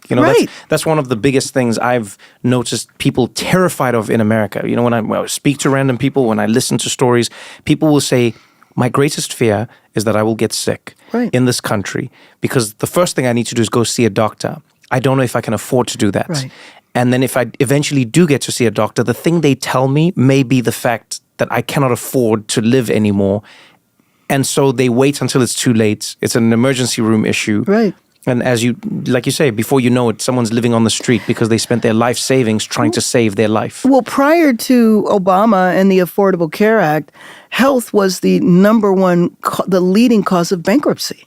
The leading cause. But I have to tell you something, Trevor. When I worked in healthcare, this was not the case. Healthcare was not always a for-profit industry. That changed in the 80s. One thing that was completely considered inappropriate was advertising medicine, advertising healthcare. That wasn't legal. It's really strange when you see it, by the way, when you come from another country. Every second ad in the US is like a pharmaceutical ad, a drug ad, and it's really strange. Ask your doctor about, and it's like, what? But it'll tell you 20 reasons why you'll die if you take this medicine too, which, by the way, is completely legal, meaning that it is to protect them from lawsuits. Right. It really isn't medically based. You are somebody who, all your colleagues have labeled you as two things. They say you are tenacious, and they say you are motivated. And even speaking to you, I can see you have a cautious optimism, but also a joy in trying to solve the problems. I do. Yeah, you take pleasure in solving the puzzle. Before I let you go, I'd love to know what now. I mean, we've talked a little bit about working with the homeless crisis. We've talked about law enforcement and its broader state right now. But if we look at year 2, going into year 3, and then your final year as mayor, what would you hope the people of Los Angeles and maybe the people in other parts of America would see? Because I think many of the issues in LA are mirrors or different versions of issues that you see all across the country. So what would you hope to now do going from year to year? Well, I want at the end of my term, I want people to believe that the problem is solvable. Meaning it won't be solved, but that they can see the way out of it. And by the way, I mean, we have the World Cup coming in 2026. Yes. A Super Bowl in 2027, 2 Olympic Games in 2028. So I am hoping that will serve as a catalyst. I mean, the reason we're getting the Olympics is because we don't need to build any major stadiums. Yeah. So I'm trying to run around and get everybody to say, when the Olympics comes, we can't hide 70,000 people, because then you're talking about the county. Yes. We can't hide them. The games aren't going to be for one day. So we either solve this now, or what the news coverage is going to be, wonderful games, wonderful venues, and then they're going to cut away and show the contrast. In this city, people are living like this. They're left to live in destitute. So I'm trying to get all of the movers and shakers to see this is our alternative. And I actually believe that we can get there. I really do. I really hope so. Wow. Okay. Well, Mayor Karen Bass. It's funny. Every time I speak to you, you have a different title in front of your name, which is really fun for me. This is the last one. Oh, it is? Yes. What does that mean? This is the last one. That means I'll run for re-election. I'm done with elected office after that. Huh. Oh, now I have to ask why before I let you go. Because it's enough. I mean, I think it'll be time. It'll be time, but I will always be involved in change. Okay. I'm not somebody that ever planned to do this all my life. Yeah. I was doing a lot before this, so I'll always be involved in change, but I don't need to be an elected official until I die. Huh. I like that for you. I like that. And you know what? You deserve it. You deserve it. Thank you. Well, thank you so much. Congratulations. It's great to talk to you. Yeah, congratulations really on the year. appreciate It's really wonderful seeing you again. And, I hope when we're chatting in a year, we'll be celebrating the next achievement and the next one and the next one. And I wish you the best of luck, because I think everybody wins if you win. Thank you. Thank you. Thank you.